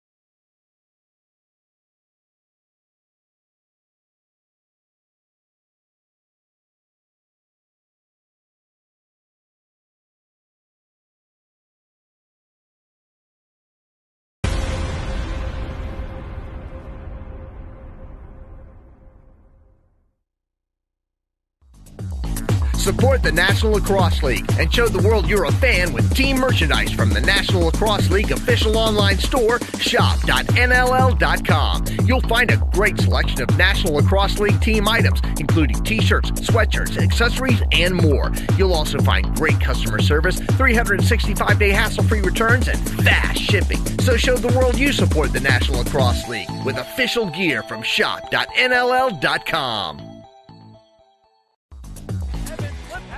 Here's a shot. Dixon to the net, scores! Curtis Dixon again! It's 11-10 Calgary! Want more great NLL action? Subscribe to the Lacrosse Network on your computer, tablet, or mobile device for access to all the games, live on YouTube. Get highlight reels, interactive player interviews, and behind-the-scenes coverage on all your favorite teams. YouTube.com/TLN. Subscribe today.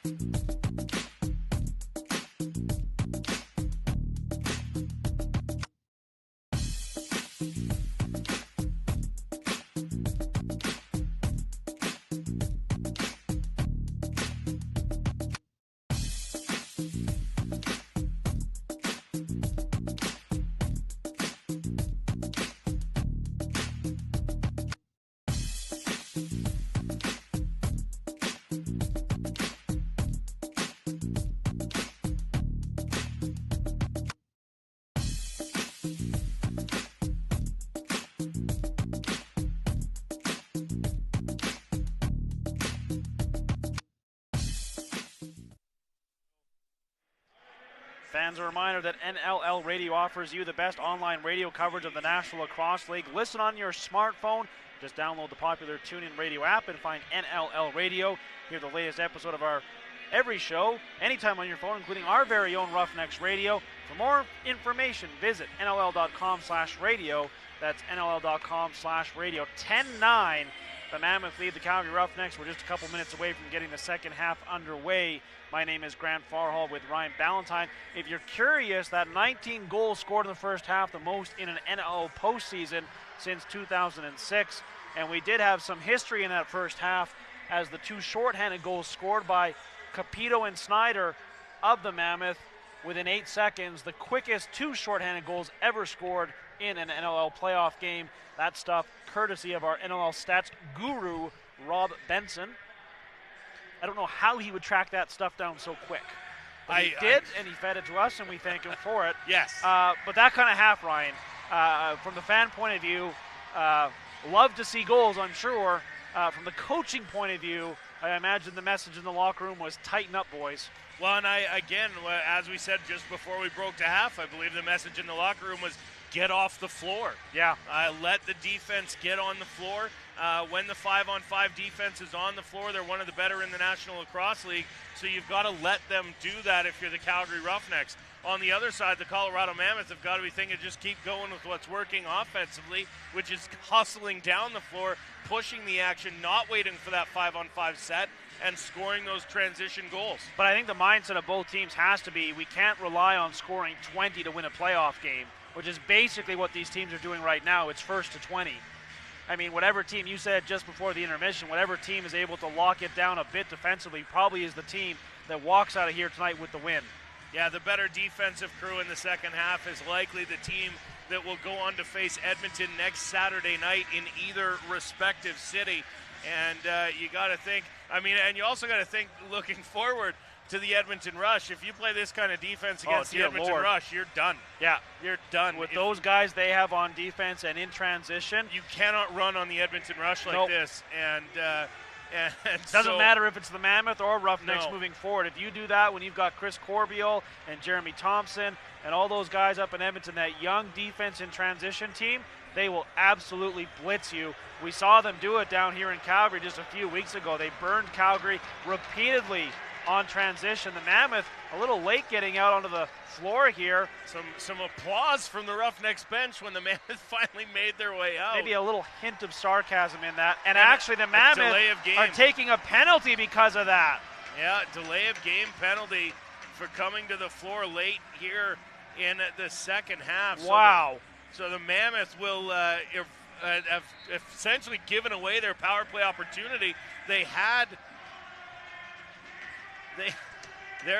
claiming it looks to be that they're saying they weren't notified that it was time to come back out, but nevertheless, McLeod will sit for two. He is the in-home player, and the power play that the Mammoth had to start this second half with Jeff Snyder in the box is now gone, and Curtis Manning losing another faceoff to Bob Snyder there.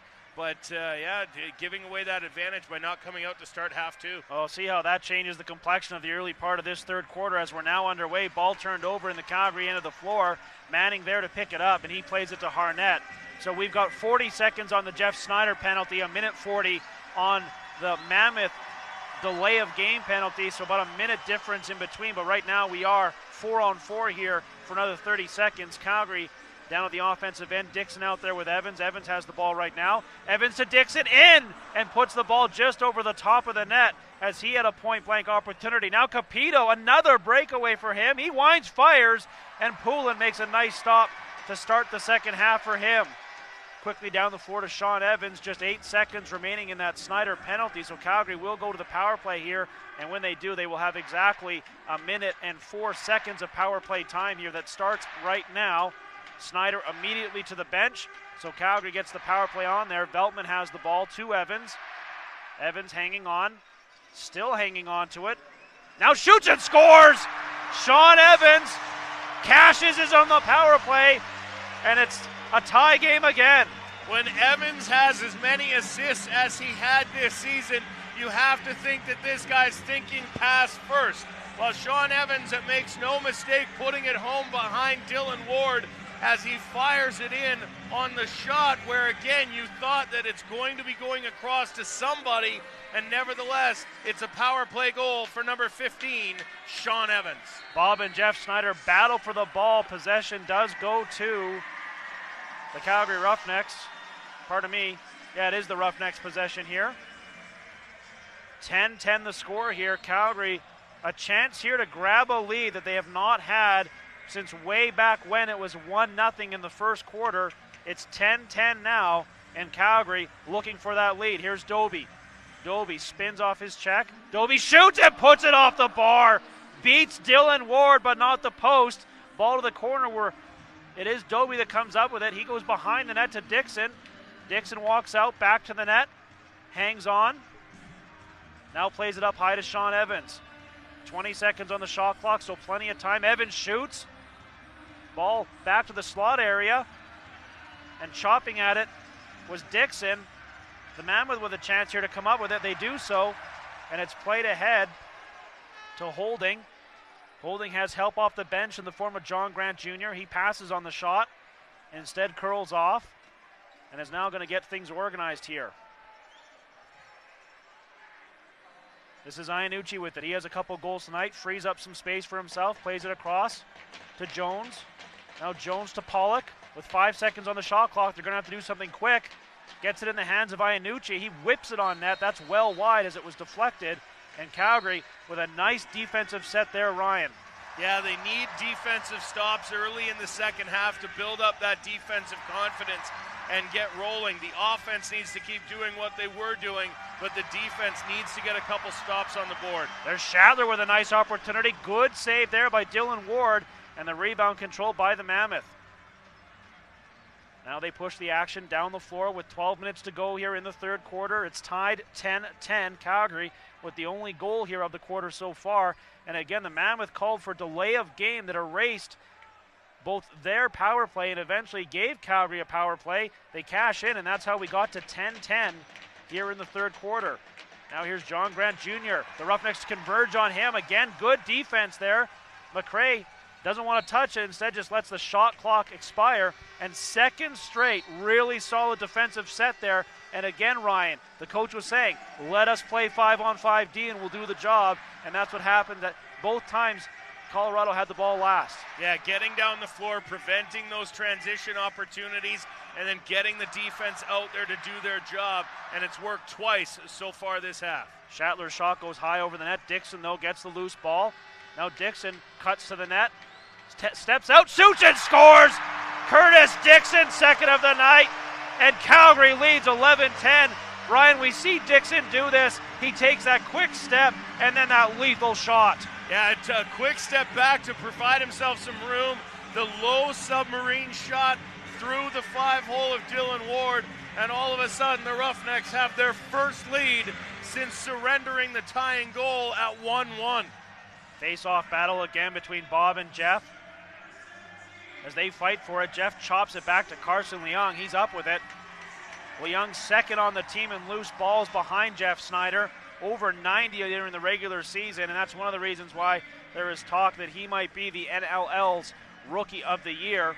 Now here's an opportunity for the Roughnecks. It's Dixon again with it to Doby. Doby winds, fires, and a nice save by Ward as he comes out on top of his crease to challenge.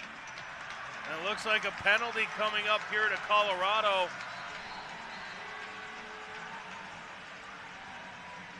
As they will send number 8 to the box. Carlson's going to sit for 2. Looks like he took a hack at Jeff Snyder. I believe it's a roughing call. And both Poulin over on the bench to take a drink, and Ward getting some equipment adjustments.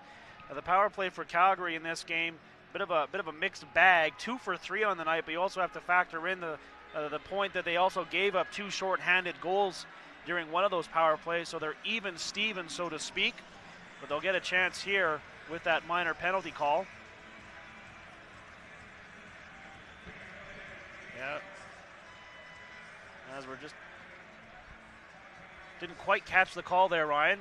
Yeah, I was trying, but not as loud as Mookie normally is No. here in the arena. Regardless, it is indeed Nick Carlson sitting in the box, a late season signing by the Mammoth.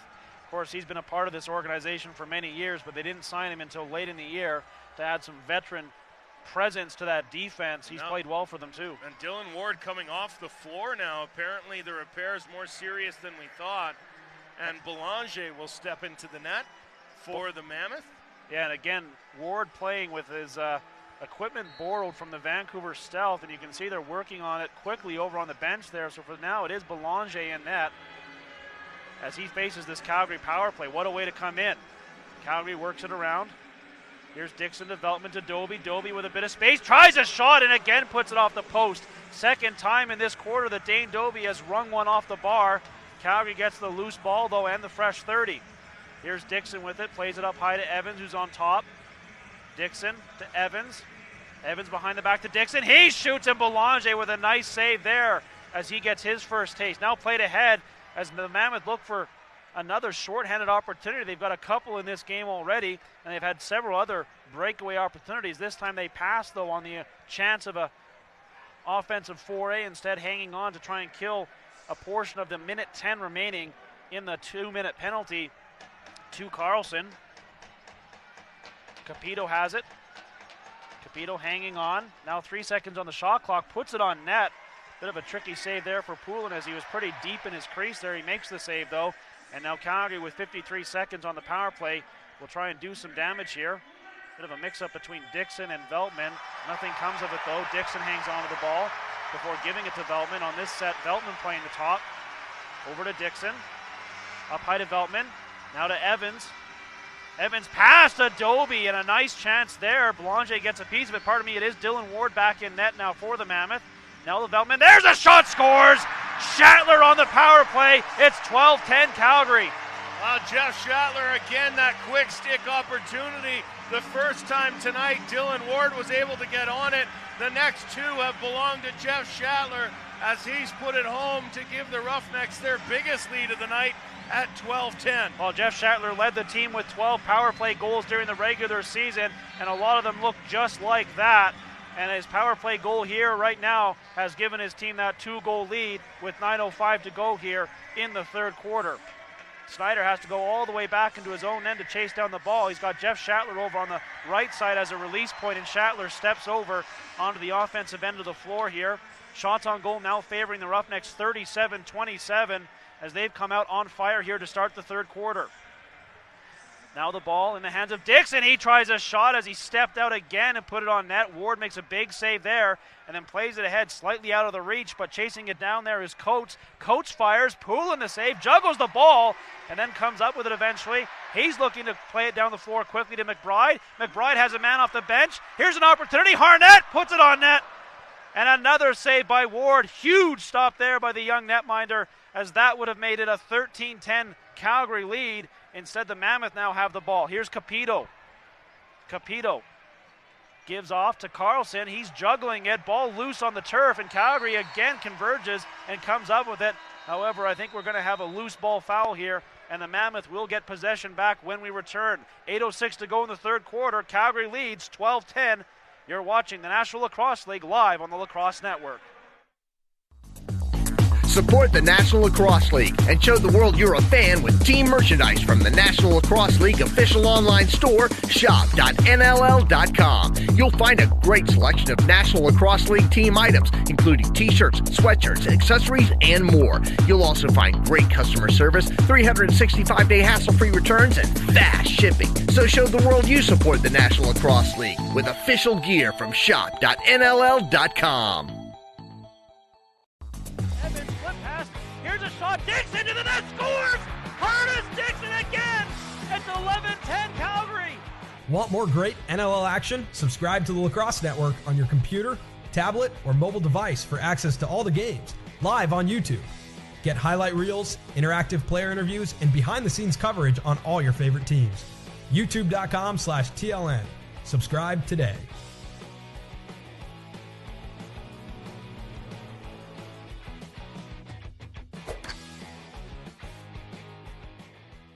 Copyright telecast of the National Lacrosse League Incorporated may not be retransmitted, reproduced, or rebroadcast without the express written consent of the National Lacrosse League. 12-10, the Calgary Roughnecks lead, 8:06 to go here in the third quarter. It is Mammoth ball, as there was a loose ball infraction called to the Roughnecks there, giving possession back to the Colorado Mammoth. In what has been a wildly entertaining contest, some pretty goals, some pretty saves, pretty much a taste of everything that the NLL has to offer. And again, thanks for joining us, in particular if you're down in Denver there at the party at Pepsi Center being hosted by the Mammoth. Glad you're with us here tonight in Calgary. Your team trails 12-10 right now, but with possession looking to do some damage. Decker has it. Decker passes off as the Mammoth look to free up some space. Here's an opportunity for Pollock, pulling the save, and then he finds the rebound with Pollock crashing the crease.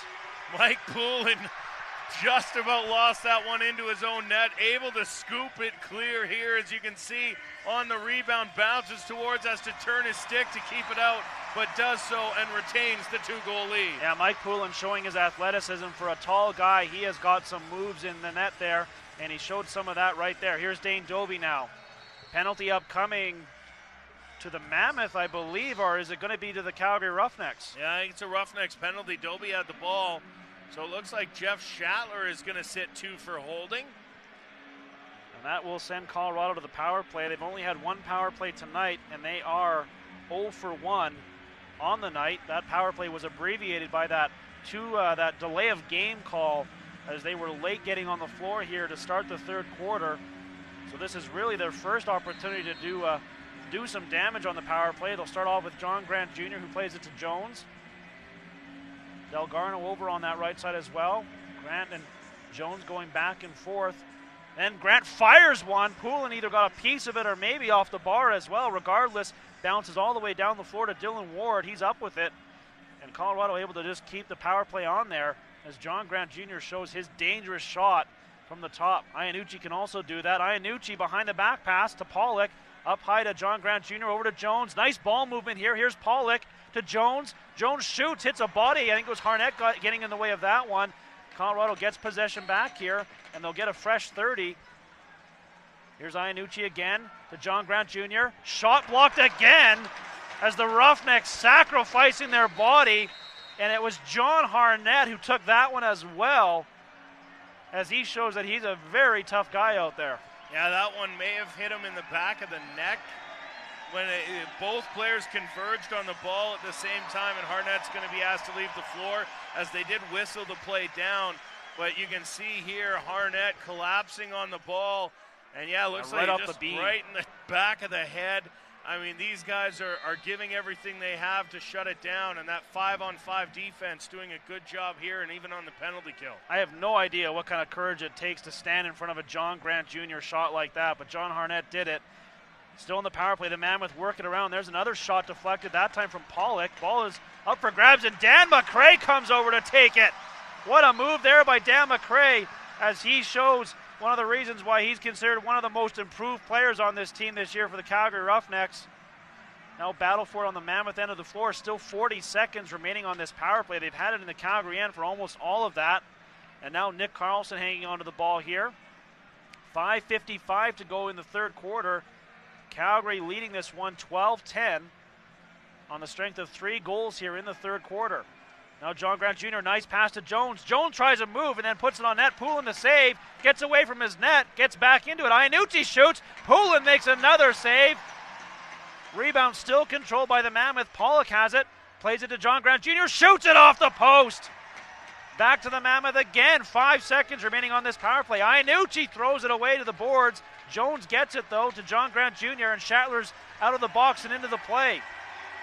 John Grant Jr. hands off to Jones. Jones shoots, and Poulin with another save. Mike Poulin showing off his chops in the Calgary net. That penalty kill, Ryan, pretty much all Poulin. Some shot blocks and a couple of posts. Yeah, and Jeff Snyder had an opportunity to run it up the floor, tried to find Jeff Schattler down the floor, was unable to do so, and now as a result, the Mammoth right back in here. The Roughnecks defense has got to be gassed. Yeah, absolutely. Calgary needs an offensive possession here just to give the defense some opportunity to take a breath. Here's Jones. He tries to pass it, gets away from everybody, and here comes that opportunity for the Roughnecks. Badly needed, but what a job by Mike Poulin and the Calgary defense. That was about 3 minutes of extended play down on the Calgary end of the floor. Now here is Daryl Veltman. Daryl Veltman swings it across to the far side, off the bench, and into the play is Evans. Evans, greeted by the defense, gets around one man. Now looking to pass off. Now looking for the shot, and Ward makes the save. Veltman fighting for the rebound there. Can't find it. Battle for it still. It's thrown up the floor, and Dan Coates waiting for it there. Now a 3-on-2 developing for the Mammoth. Coates passes off to Jones. Jones shoots and scores. Adam Jones. And it's 12-11. There's that transition strike that the Mammoth have been cashing in on in this game, Ryan. The first goal of the second half for the Mammoth comes exactly 11 minutes in as Jones finds the far side behind Mike Poulin, and couldn't have come at a better time for the Mammoth, needing to stop that momentum, shut down the Roughnecks, and show that they can score. But again, like you mentioned, Grant, not that 5-on-5 defense. So when the Roughnecks get off the floor and they're able to hold them off the floor, they do a far better job of keeping the ball out of their net. 12-11, Calgary leads, 4 minutes to go. You're watching the National Lacrosse League live on the Lacrosse Network.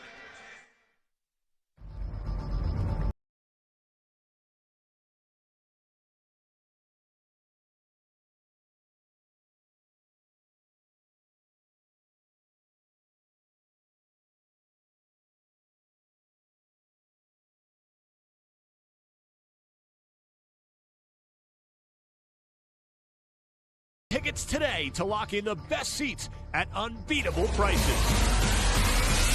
Visit ColoradoMammoth.com.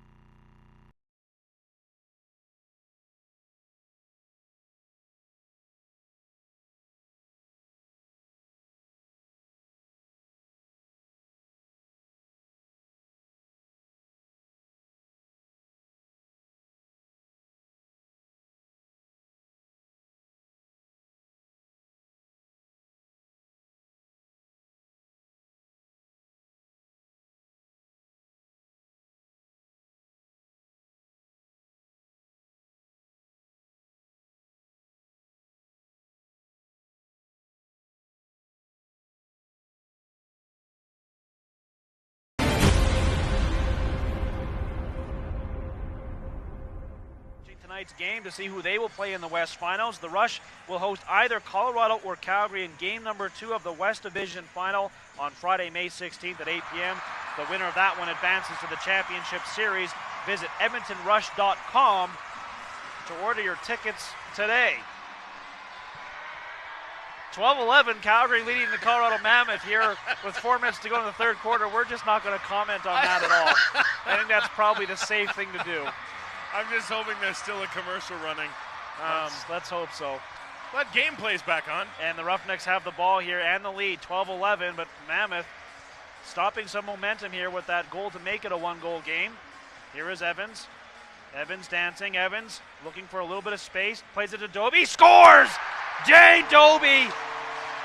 4th goal of the night, and Calgary's back up by 2. Doby hits his 4th just off that far post behind Dylan Ward. Not much extra space to shoot it in there, but Dane Doby, as he's done all season, finds the hole and scores the goal, and it's 13-11 Roughnecks. Face-offs become even more important here. Snyder wins another one. He's been really on it tonight over his brother Bob. Prior to that face-off, 79% of the draws have gone Jeff's way in this game. And keep in mind, that's against Bob Snyder, who is probably the second best face-off guy in the league. Veltman plays it to Evans. Now here's Dixon. Dixon to Schattler. Schattler now swings it across. Nice pass into the hands of Evans. Evans, on top of the crease to Dixon, but he was a couple feet inside the crease there and then put it wide of the net. Now Colorado looking to run the floor. That's been their strategy in this one. That's worked really well for them. Calgary gets back quickly on defense here. Here's Jackson Decker, the former rigger. Passes off. Now to Pollock. Pollock plays it to Decker. Penalty upcoming to the Calgary Roughnecks. Ward notices to the bench.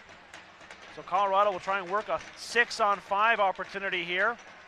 Off the bench and into the play is Jones. He shoots and scores! Adam Jones delivering there, his 4th of the night, and it's 13-12. Well, Adam Jones, again, a guy has averaged 3 goals a game during the regular season, which would have put him right there with Dane Dobie if he had played the entire year. In fact, would have put him just a touch ahead of Dobie at 54, but injured throughout parts of the season, had to miss some games. But, I mean, what a shot there. And so the Roughnecks do not get the penalty call, obviously, as they score on the delayed penalty call, and Bob Snyder picks up the faceoff after that. A chance here for Colorado to tie the game again, 13-12, 2.5 to go here in the third quarter. It's back and forth. There's the shot. Poulin makes the save. Rebound is up for grabs, and Carson Leung swallows that one up. Harnett now looking to move the ball over half and does so. Has his brother Greg to the right of him. And now finally Calgary gets the offense out there. Here is Dixon quickly now to Dobie. He's got some space. Dobie inches to the net, spins off his man, puts a shot on goal. Rebound is there. Ward had no clue where it was, but his defense bails him out. And now quickly ahead to Joey Capito. Capito has burned the Roughnecks a few times in transition this game. This time he cools the Jets and instead gives it to his captain, John Grant Jr. Jackson Decker loses his lid, so he has to go off the floor. He was tangled up with some Calgary defenders there in deep. Now John Grant Jr. just muscling towards the net, and then somehow Delgarno got a shot on goal there. Off the post. And another penalty coming up here to Calgary. So again, the Mammoth will work a 6-on-5 here. McLeod passes off. There's the shot, scores! John Grant Jr. ties the game. It's 13-13. Well, that's the second time in a 6-on-5 situation on consecutive possessions that the Colorado Mammoth have scored a goal, and pretty much from the same spot. That's where Adam Jones was just a moment ago when he put it home. So John Grant Jr. ties it at 13, and we got a fresh scoreboard with 16:18 to play. Absolutely. Mike Poulin getting an equipment adjustment here. Shots on goal, tight again, 42-38. Jeff Snyder in conversation with the officials over something. But yeah, 2 straight goals by the Mammoth, both of them coming with 6-on-5s. The first from Adam Jones, and then the response there from John Grant Jr., and we're tied 13-13. Snyder wins a faceoff. Some confusion, though, here. Yeah, the Mammoth players are supposed to give a minimum 3-foot clearance before a restart. And Jeff Snyder was backing up. Bob Snyder staying within that 3 feet. The Calgary bench was campaigning for a delay of game penalty, which is in the rules if you don't allow that window. But the referees deciding, I guess, that 1 delay of game penalty was enough. Well, they've called that very tightly at times, too. So the Mammoth lucky to get away with that. Here's Iannucci now with it. Iannucci's pass doesn't work. Save here, opportunity for Reed. He can't come up with it. That's going to give Calgary the ball back. The captain, Andrew McBride, looking to move it quickly, picks up the ball, and then immediately greeted by the Mammoth defense. McBride dangerously close to the center area. Calgary's going to have to somehow get it deep there. They finally get the numbers out there. And nice play there by Evans to get away from everybody. There's the shot, scores! Sean Evans gets the goal, and then the extended hang time on the goal there, and Calgary's got the lead back. Yeah, I want to think the best of Sean Evans there and think he was just trying to make sure that Ward was clear before coming down, but nevertheless, the hang time off the crossbar, off the hat-trick goal for Sean Evans as he picks up his 3rd of the night and restores a 1-goal Calgary lead.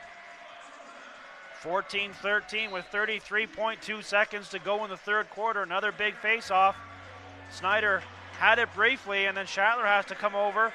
The Mammoth get a crack at it and chop it back to Cameron Holding, who does come up with it, so the Mammoth may get the final opportunity here of the third quarter. Here it comes. The shot, scores!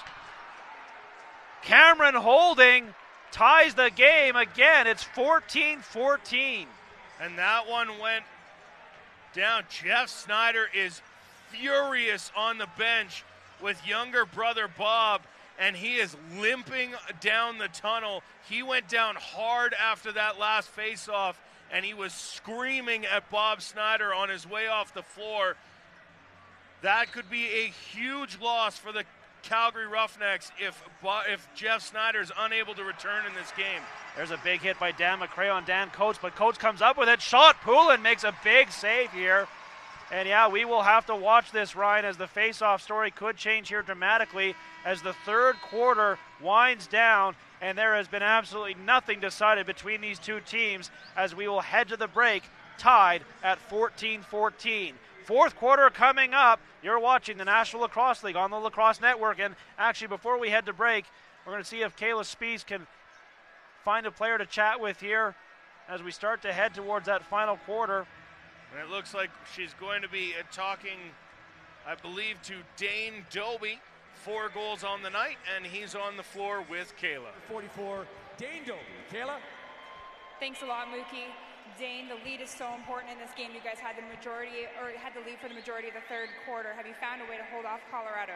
You know, it's a playoff game, so we knew it's going to be a fight from the start to the finish, and you know, this fourth quarter comes into the Saddle Dome, and let's get loud in here so we can get some fans going.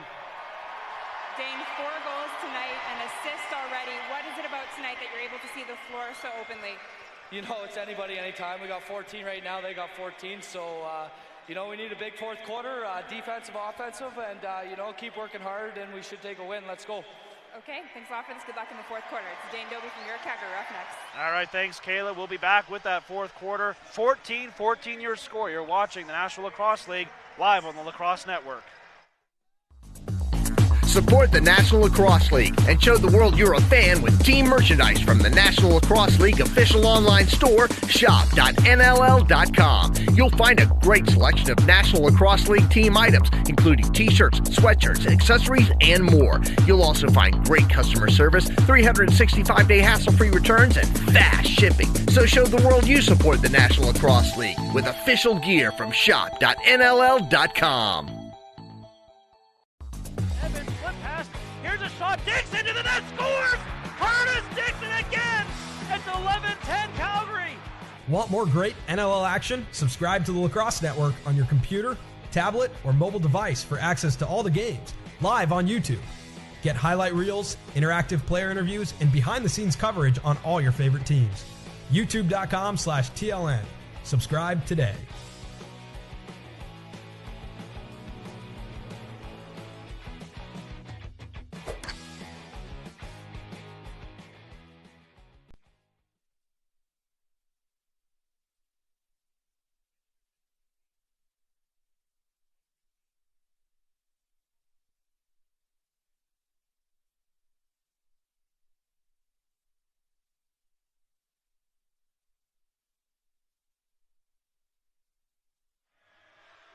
Fourth quarter set to start here in Calgary. What a game tonight here between the Mammoth and the Calgary Roughnecks in the West Division semifinal. The winner moves on to face the Edmonton Rush in that 2-game West Final Series. 14-14 your score here. And one of the developing stories is Jeff Snyder right now out of this game. Curtis Manning will be the man that tries to oppose Bob Snyder on the faceoffs. And in this fourth quarter, that could be huge here as Calgary loses one of their important parts. And Bob Snyder wins the opening faceoff here of the fourth quarter. Dan McRae's going to the box. He just took a heavy shoulder into the face of Snyder on his way to the bench. And you have to wonder if that's a response to what happened between Jeff and Bob Snyder in that late faceoff.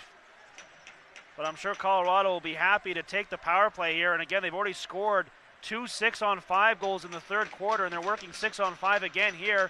John Grant Jr. throws the ball to the corner. Manning picks it off, and with that, we will get the penalty call. Yeah, it's going to be Dan McRae, certainly. Is it 5? No. I think they're just moving guys back to the bench. But yeah, Bob Snyder took a hard shoulder from Dan McRae there. And I imagine that's a standing up for your teammate issue. Yeah, absolutely. But nevertheless, that doesn't mean it's a legal play. Power play for the Colorado Mammoth in this game. 0 for 2, but again, they have scored a couple 6-on-5 goals. And they're going to get a chance here to cash in on the power play and take a lead. It is a 2-minute penalty. Yeah, 2 minutes for roughing. As Dan McRae will sit for 2, and that's got to hurt as well. Dan McRae, like you mentioned earlier, one of the Roughnecks' best defenders this season. And it's interesting to see Dane Dobie is locked and loaded at that bench, ready to fly off, as we've seen him do in the past. Absolutely, but right now it's the Mammoth on the power play. John Grant Jr. with it behind the back. Here's Jones, scores! 5th of the night for Jones, and Colorado strikes 9 seconds into that power play. It's 15-14. And Dan McRae will take the walk back to the bench, and it's one of those ones, whether or not it seems to spark the team for responding to that kind of play, or whether or not it's a signal that the Roughnecks might fall apart here, Grant. If you can't keep the discipline together, it's not going to work out for you. And now Curtis Manning losing another faceoff, although it now gets picked up by the Roughnecks. And that's big for the Roughnecks as they get a chance to get some momentum here. Carson Leung into the Colorado end of the floor, passes off, and that pass picked off, saved though by Curtis Dixon. Dixon now a man off the bench. Here's Evans, shoots. Nice save there by Dylan Ward. Loose ball controlled there by the Mammoth. They play it ahead now. Mammoth lead this one 15-14 early in the fourth quarter. And here they are. Jones winds and fires, looking for the sock trick. It's wide of the net, picked up by Leung. Leung looking ahead. Here's Dobie in. He shoots, and Ward makes a big save, point blank, on Dane Dobie. There's that play, Ryan. Yeah, Dane Dobie off the short bench in that fourth quarter. He'll be looking for the outlet pass almost every time the Roughnecks get the ball. Look for the stretch pass down the floor to Dobie. Yeah, Dane Dobie will not be sitting down on the bench. He is right at the door again, looking to release. Now the Mammoth bounce pass picked off nicely. The Roughnecks an opportunity on the breakaway. It's McIntosh. He shoots, and Ward with another big save as he comes up big here in the final quarter. Now the Mammoth looking to respond. It's John Grant Jr. with the ball. He didn't leave the floor after that breakaway. Jr. back to the net. Steps out. Tries to go around his man. Dives across the crease and puts the ball over the net. Now here's McBride in transition. McBride steps over to the Colorado end of the floor and now passes off to Jeff Schattler with it. Gives it to Scott Ranger. 15-14, Colorado with the lead. Here's Dane Dobie, shoots. Ward the save, and he controls the rebound as he looks sharp here to start the final frame. Coates with it. Calgary gets back quickly on defense. Iannucci now with the ball. Pass off to Jones. He's been the main weapon tonight for the Mammoth. Here he comes again, puts the ball high across the top corner. 10 seconds still on the shot clock, though, and the Mammoth come up with the ball. Thrown to the far boards, or the near boards, and Jones has a hard time controlling it. He's just going to put it down the corner and give his defense a chance to come out on the floor. Poulin up with it. Plays it ahead to Manning. 12 minutes to go here in the fourth quarter. Calgary trailing by 15-14. It's been back and forth the entire night. Biggest lead 3 enjoyed by the Mammoth. That shot by Evans wide of the net. The Mammoth with an opportunity to control it. They have some difficulty, though. Calgary with the pressure. But the Mammoth do step over center, courtesy of Cameron Holding. Holding now. Passes off. Here's an opportunity. Shot. Poulin makes a big save. And he controls his own rebound. Played ahead to McBride. McBride has Pete McFedridge ahead of the play. McFedridge receives the pass. And then is going to pull up here and let his offense get on the floor. Here's Curtis Dixon. Dixon has Evans off the bench. Back to Dixon. Now they find Daryl Veltman. They'll work it from the possession of Dane Dobie, who directs traffic. He's got Schattler behind the net. Now gives it to him off the corner. Schattler dancing, shoots. Ward with the save on the bounce shot. And the Mammoth control the rebound. 11:05 to go in the final quarter. 15-14, the Mammoth lead. Here's Reed. Reed curls off his man. One of the Mammoth players loses his stick, but gets it back and gets the ball. Shoots, and Poulin with a big save as he stops Pollock. What Mike Poulin has been noted for all season is making the saves when he absolutely has to have them. You might find some goals he wants back in the first, second, and third quarters, but come the fourth quarter, that's when Mike Poulin has been at his absolute best. Now the Roughnecks looking for that tying goal. Dixon shoots. Ward the save. Fresh 30 for the Roughnecks if they can control the ball. Evans does. Evans now all the way to the net. Shoots and puts it high over the top corner. And Ward scoops in the rebound. 10:18 to go here in the fourth quarter. The Mammoth with the 1-goal lead. This is Gallant. Steps over center, guarded by Dan McRae, who chops at him. Ball is thrown away. However, the Mammoth do get it. And here is Jones. 5 goals so far in this contest. Jones gets some attention, so he passes off as they work it around. Here's Jones again. Jones with a step, now passes off, but you can see Harnett got tripped up there, and that'll be a loose ball foul against the Mammoth, and it'll give Calgary possession back when we return. 9:53 to go in the fourth quarter. 15-14, Calgary trails. You're watching the National Lacrosse League live on the Lacrosse Network.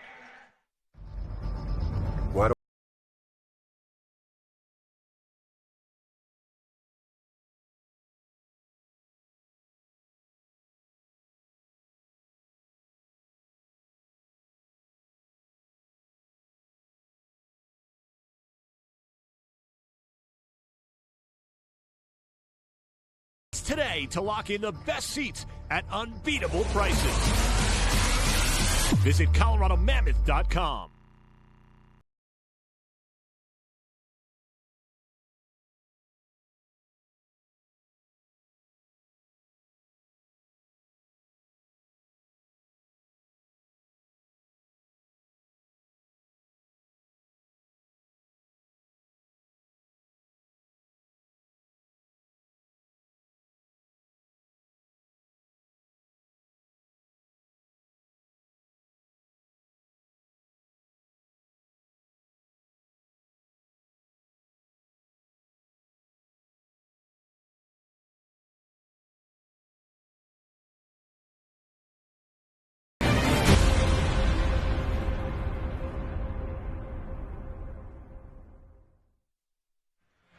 (15-14), the Colorado Mammoth continue to enjoy a 1-goal lead here tonight in Calgary.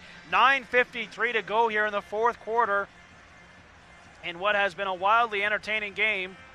Calgary does have possession here, and with it a full 30-second clock here, Curtis Dixon will take possession here when the play whistles in. Again, Jeff Snyder not on the Calgary bench right now, leaving this game in the third quarter after a tough face-off battle with his brother Bob. And that's one of the developing stories of this game as we start to get to the real late stages here. Calgary needing a tying goal here. Evans has it. Evans plays it on top to Veltman. To Dixon. To Evans now. Evans with some space, shoots, and Ward with another save. Rebound loose for a brief moment. But Ward pounces on it to keep it away from the Roughnecks. And now the Mammoth looking to push it down the floor, looking for insurance. Reed passes off. And now here's John Grant Jr. Jr. hangs on. The Mammoth also just holding on to possession here. John Grant Jr. backing to the net, steps out, and Poulin makes a sharp save there. Up with it, throws it away though. Colorado a chance to recover it here, but Jones can't control it. Nice play there, and Mike Carnegie comes up with it to Dane Doby. Doby all alone pretty much down there now. He gets some help, including Jeff Shatler, who's down to his right, and Daryl Veltman on top, who gets the pass to Scott Ranger. Ranger now inching his way in. Ranger gets tugged, tries the shot. Ward no trouble on that one. And the loose ball controlled by the Mammoth. Now in transition, here's Coates. Coates steps into the Calgary end of the floor, tries to pass, deflects off a body, and then it's caught up in the netting. Colorado chops at it, but it will be Calgary possession here with 8.5 to go. They play it quickly down the floor to Carson Leung. He looks up and stares at 4 defenders, so just hangs back and waits for some additional assistance. Gets it in the form of Curtis Dixon. And now Dixon starts forward. Dixon swings it across to Jeff Shatler. Shatler now to Doby. Doby tries to spin off his man. Then tries the shot, and another save by Ward. Dylan Ward putting together a real good fourth quarter here so far as he's faced several tough shots. Calgary gets a fresh 30. Here's an opportunity for Evans. Evans dances. Evans to the net. Hangs on, cuts, shoots, and another save by Ward. Dylan Ward with several big stops here, Ryan, in the fourth quarter. Now the Mammoth in transition. Here's Holding, holds, and then finally passes off. 7:35 to go here. Shots on goal favoring the Roughnecks 53-44, but it's the Mammoth on top by 1, 15-14. Looking for more. That's Iannucci cutting across, couldn't put the shot on net. 7 seconds on the shot clock, pass deflected. Harnett over on the far boards comes up with it. And now Calgary again, another opportunity for that tying goal. Here's Carson Leung. Steps into the Colorado end. Leung now passes off. Scott Ranger. Ranger hangs on. Swings it across to Dane Doby. Doby shoots. Bounce shot to Ranger off the end boards. Passes off to Shatler, who can't find the ball. 5 seconds on the shot clock. Shatler tries the swim move to his knees. Now just being converged by 3 defenders. And with that, the shot clock expires, and it will be Mammoth possession here with 6:47 to go here in the fourth quarter. The Mammoth lead by 1, and a player down. In that struggle with Jeff Shatler, he went down onto Jones, and Jones is feeling the effects here. Yeah, he's still down, getting some attention now as he's on all fours. We'll get a look here at what happened. You can see that Shatler goes down, and then eventually about 4 of them end up on the ground together. And that's Jones, I think, on the bottom of that pile. Looks like he was kind of hurt maybe when he went down. Well, it's tough to tell. Yeah, it looks like Jeff Shatler was a combination of seeing maybe who was underneath him and also getting pushed down on top of him. But Jones is up now, and he'll head back to the bench. Jones has been the guy for the Colorado Mammoth in this game so far tonight, as he has done most of the, I shouldn't say most of the damage, but he has had the biggest night so far in this one, as he has 5 goals in this contest so far for the Mammoth, as they lead this one 15-14, 6:47 to go here in the fourth quarter. And it is Mammoth possession as they look for that critical insurance marker here. Stepping into the zone is Decker. Decker passes to Delgarno, who then finds John Grant Jr. Jr. looking for a step. Jr. Nice pass. Here's Delgarno, and a big save by Poulin as he comes up huge here in the fourth quarter. Again, shutting the door when his team absolutely has to have it. This is what Mike Poulin does best.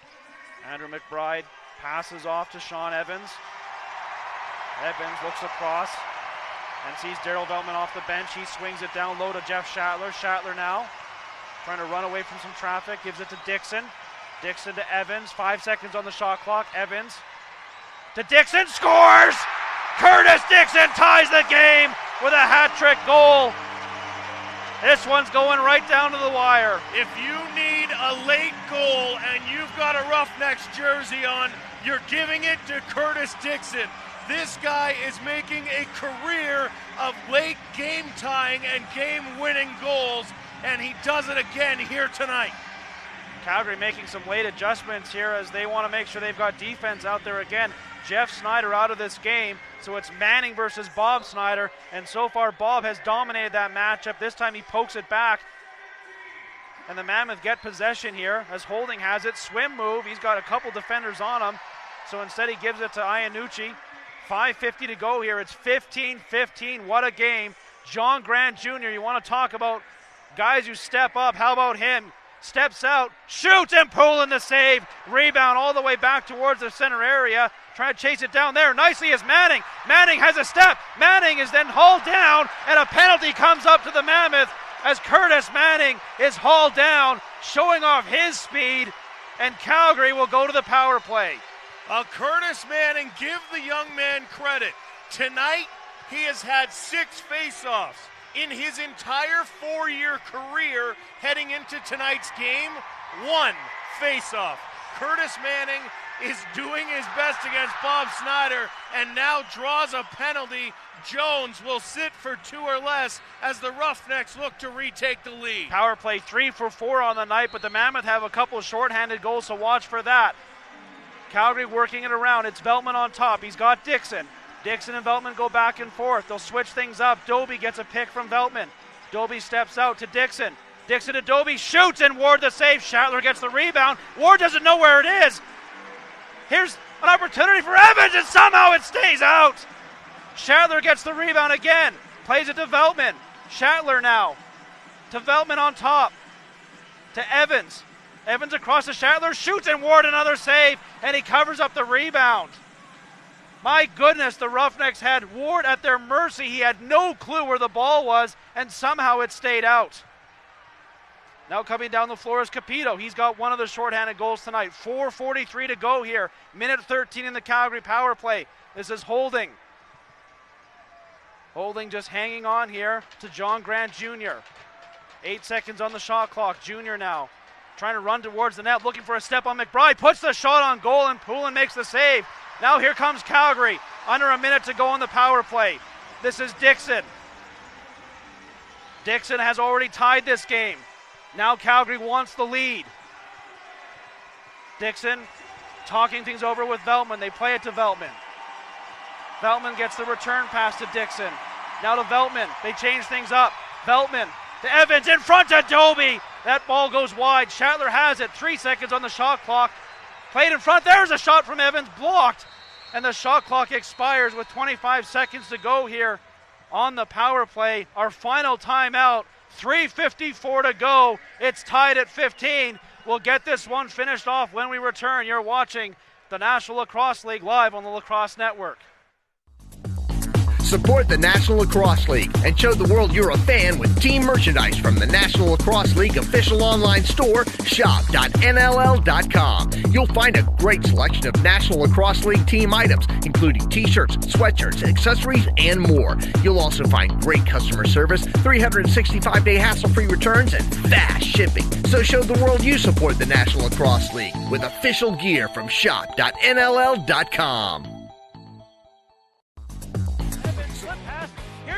Dixon to the net, scores! Curtis Dixon again! It's 11-10 Calgary! Want more great NLL action? Subscribe to the Lacrosse Network on your computer, tablet, or mobile device for access to all the games, live on YouTube.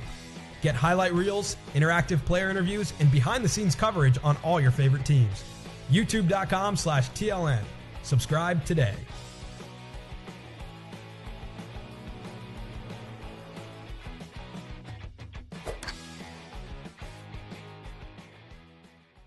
Game here tonight wraps up this great opening weekend of NLL playoff action. The playoffs continue next weekend with game one of both the East and West Division finals. Of course, tonight, Buffalo beating Toronto, so they move on to that East Division final set. Be sure to visit the league's official website, NLL.com, for the latest information on the game dates, times, and broadcast information. Tonight here in Calgary, nothing is settled whatsoever. It's been back and forth the entire night, and right now we are all tied up 15-15. Still 25 seconds remaining on a Calgary power play, but when play starts here, it will be Colorado possession. And here we go. It's Holding taking it, as the Mammoth will just try and wind down the remaining of this penalty kill, but not without looking for some offense as well. John Grant Jr. hanging onto the ball, takes a peek at the Jumbotron to see 10 seconds remaining, and it is Jones in the box, so he'll step out and step right into the play here. But a 5-second differential between the penalty clock and the shot clock. So the Mammoth may just choose to deposit the ball down to the corner here and regroup on defense, and that's exactly what Jones does.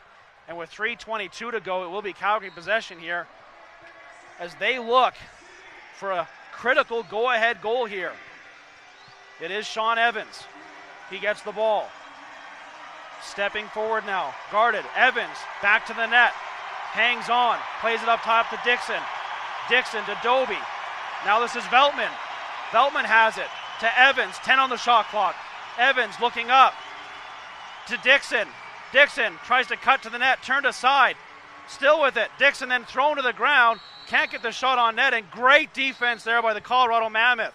Yes, swarmed Curtis Dixon down low, didn't allow him any kind of look at the net. Now here's Reed to the net, and Poulin makes the save and somehow controls the rebound. No one went to Reed, and he had a clear path the entire way. Huge stop by Poulin.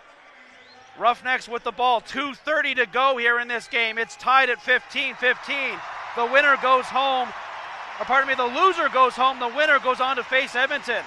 Here's the Roughnecks. Veltman to Shatler. Now to Dobie.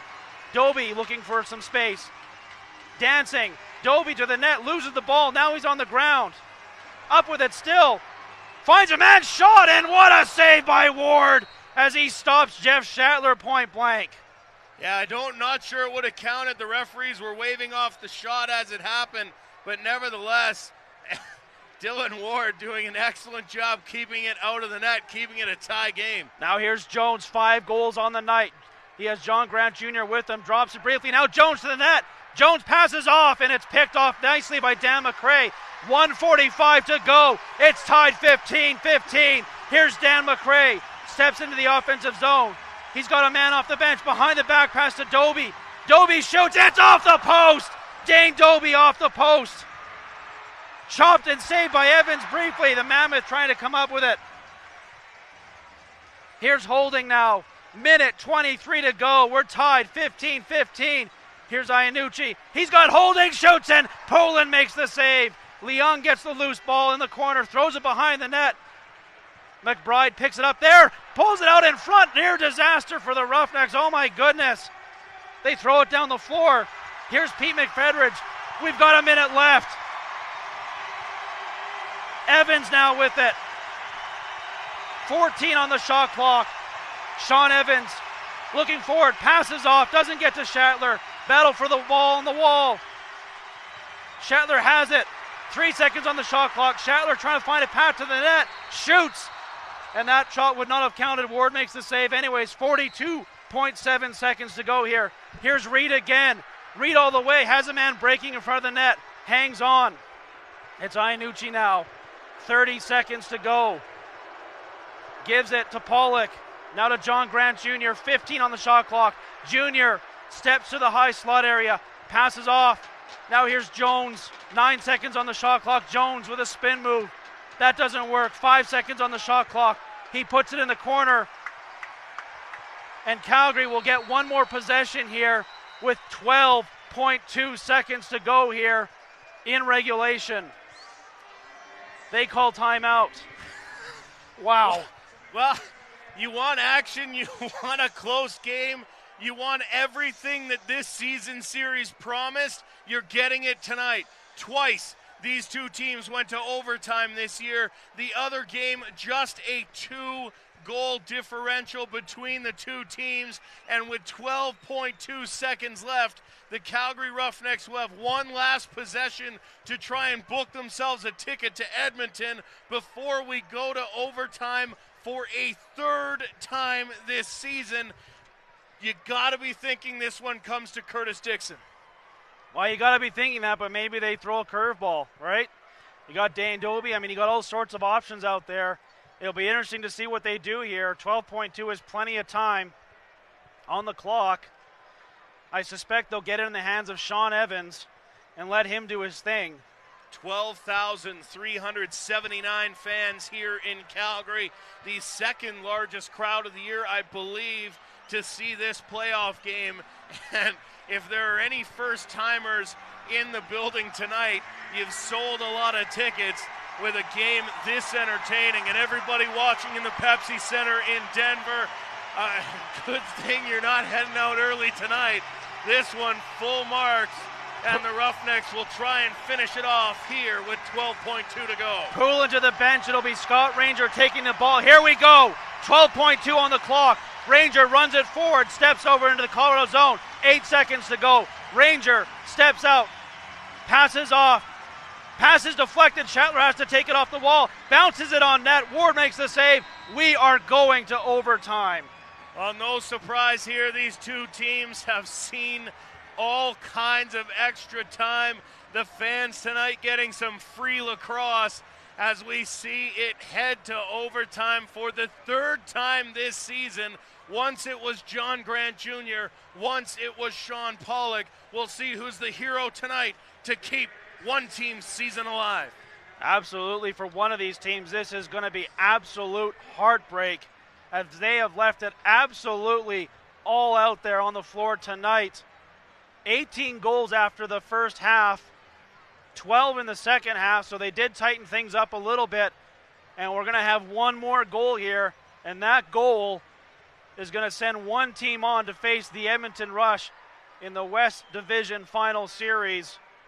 Someone's going to be a hero, Ryan. Yeah, next Saturday night at 7 o'clock, both teams announcing that day and time for their home game for Game 1 of the West Division Final. Again, best of 2 for anyone that's unfamiliar. Best of 2. If you win both games, you win the West Division Final as well as the Champions Cup. And when you get to that stage, if both teams win a game, it would go to a 10-minute mini game. But here tonight, no mini game, just sudden death overtime. One team moves on, one team goes home, next goal wins. It's a doozy. It'll be Bob Snyder versus Curtis Manning on the faceoff. Jeff Snyder out of this game in the third quarter with an injury. So Manning has his work cut out for him against Bob Snyder, arguably the second best faceoff man in the NLL. Manning, not a lot of faceoff experience in this league. He's in tough here. Calgary will start with several defenders out there and just put one guy down the floor. That is Curtis Dixon, guarded by a pair of Mammoth defenders. As overtime set to start here in mere moments in what has been an absolute NLL classic here on the first week of playoff action. And the 12,000 fans here in Calgary on their feet now, waiting for this one to end either in heartbreak or elation. Everyone on the bench is on their feet as well. You can tell both teams eager to get to the overtime. They were both in position with well over a minute left before the start of overtime.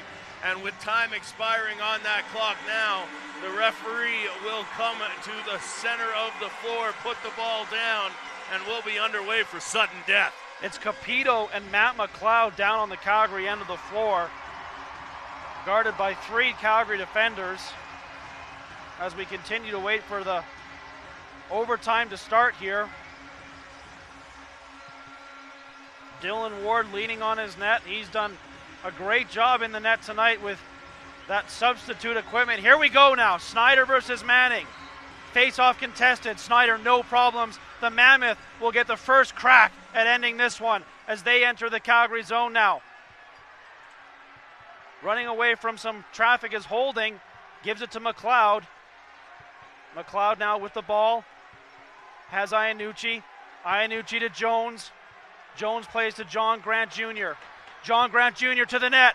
John Grant Jr. steps out, tries the shot, blocked. Manning comes up with the ball to his knees.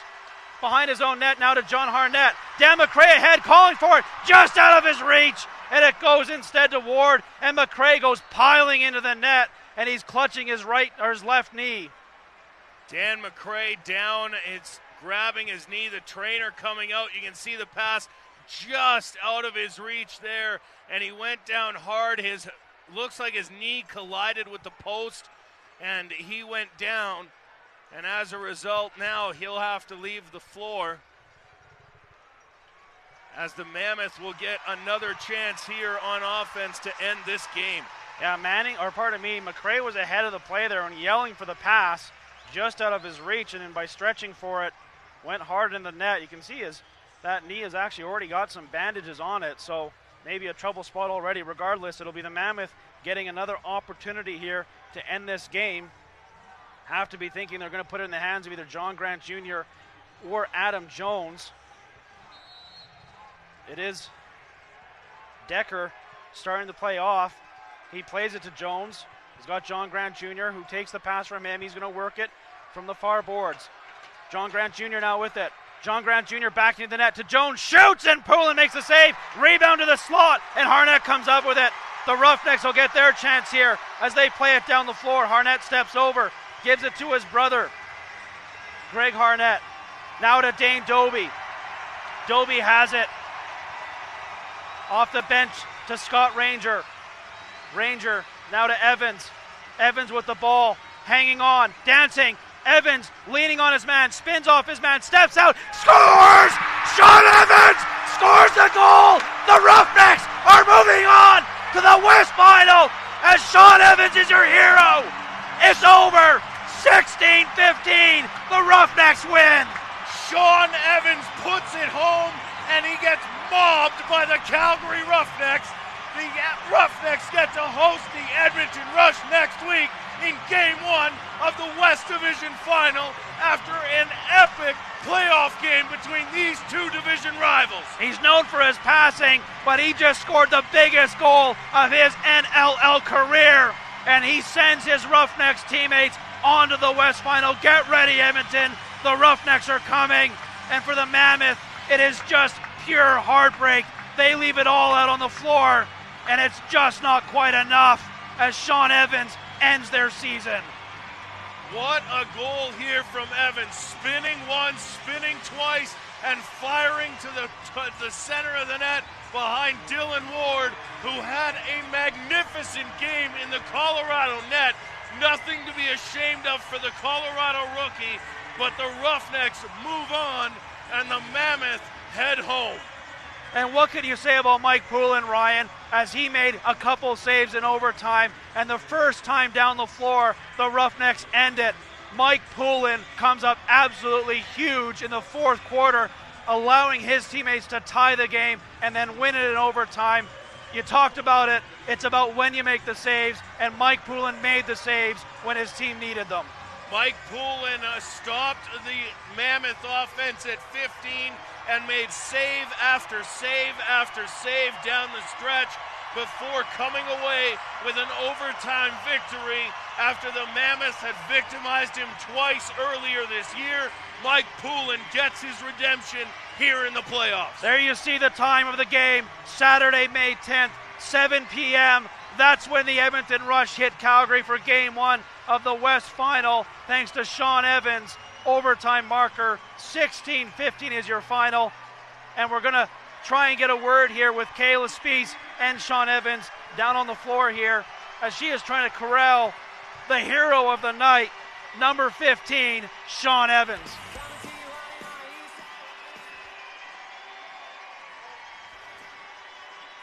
As they're just trying to set up the audio feed to the floor here. Sean Evans! Thanks a lot, Mookie. Sean, overtime, down to the wire. Tell us how you saw that goal develop. It feels good. When I seen it go in the back of the net, it was great. The fan support. We got a big save by Poole in there. It came down, bounced off a guy. I seen the open lane, and I took it, and we got the win, so it was great. You guys survived single elimination tonight, now up against Edmonton you guys have a 2-game series, so that means another playoff game back here next weekend versus Edmonton. Obviously celebrate this win, but looking forward to Edmonton. Yeah, we're going to enjoy this win, and we're going to have some rest here this week. Rest up. Edmonton's going to be a good team. It's going to be a good fight, and we're going to be ready. We're going to be ready. Come back here at home and hopefully win. Congratulations on the goal. Sean Evans from your Calgary Roughnecks. Thanks, Kayla. Sean Evans, no surprise, the number 1 star of this game thanks to his overtime goal. The 3 stars selected by Rita Mingo of the Calgary Herald. Number 3 star, Dane Doby, 5 goals. Adam Jones, 5 goals. The 2nd star, and Sean Evans.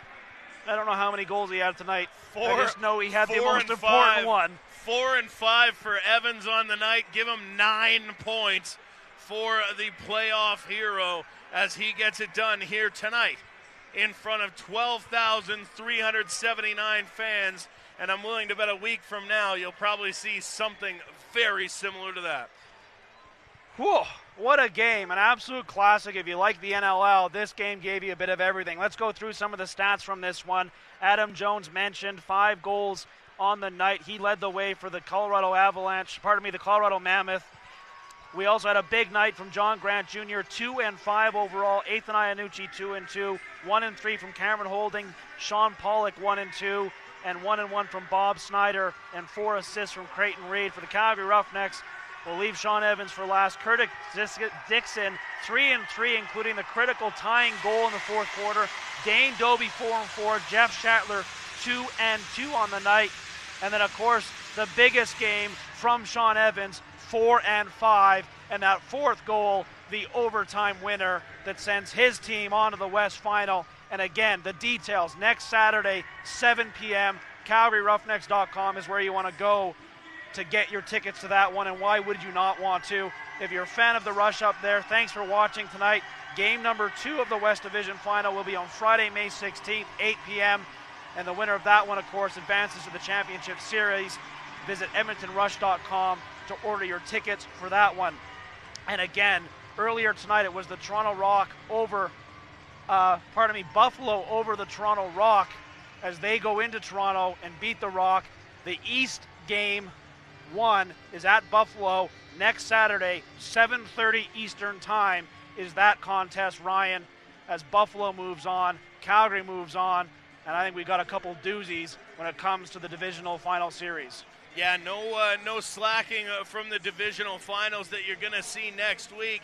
You're going to, of course, see that first game, Rochester facing Buffalo. Buffalo just faded and faded and faded down the stretch before finishing 1-8 in the back half of the season before beating Toronto tonight. They'll be hosting Rochester in this game that will be here next Saturday. I mean, get your tickets because it'll be a good one.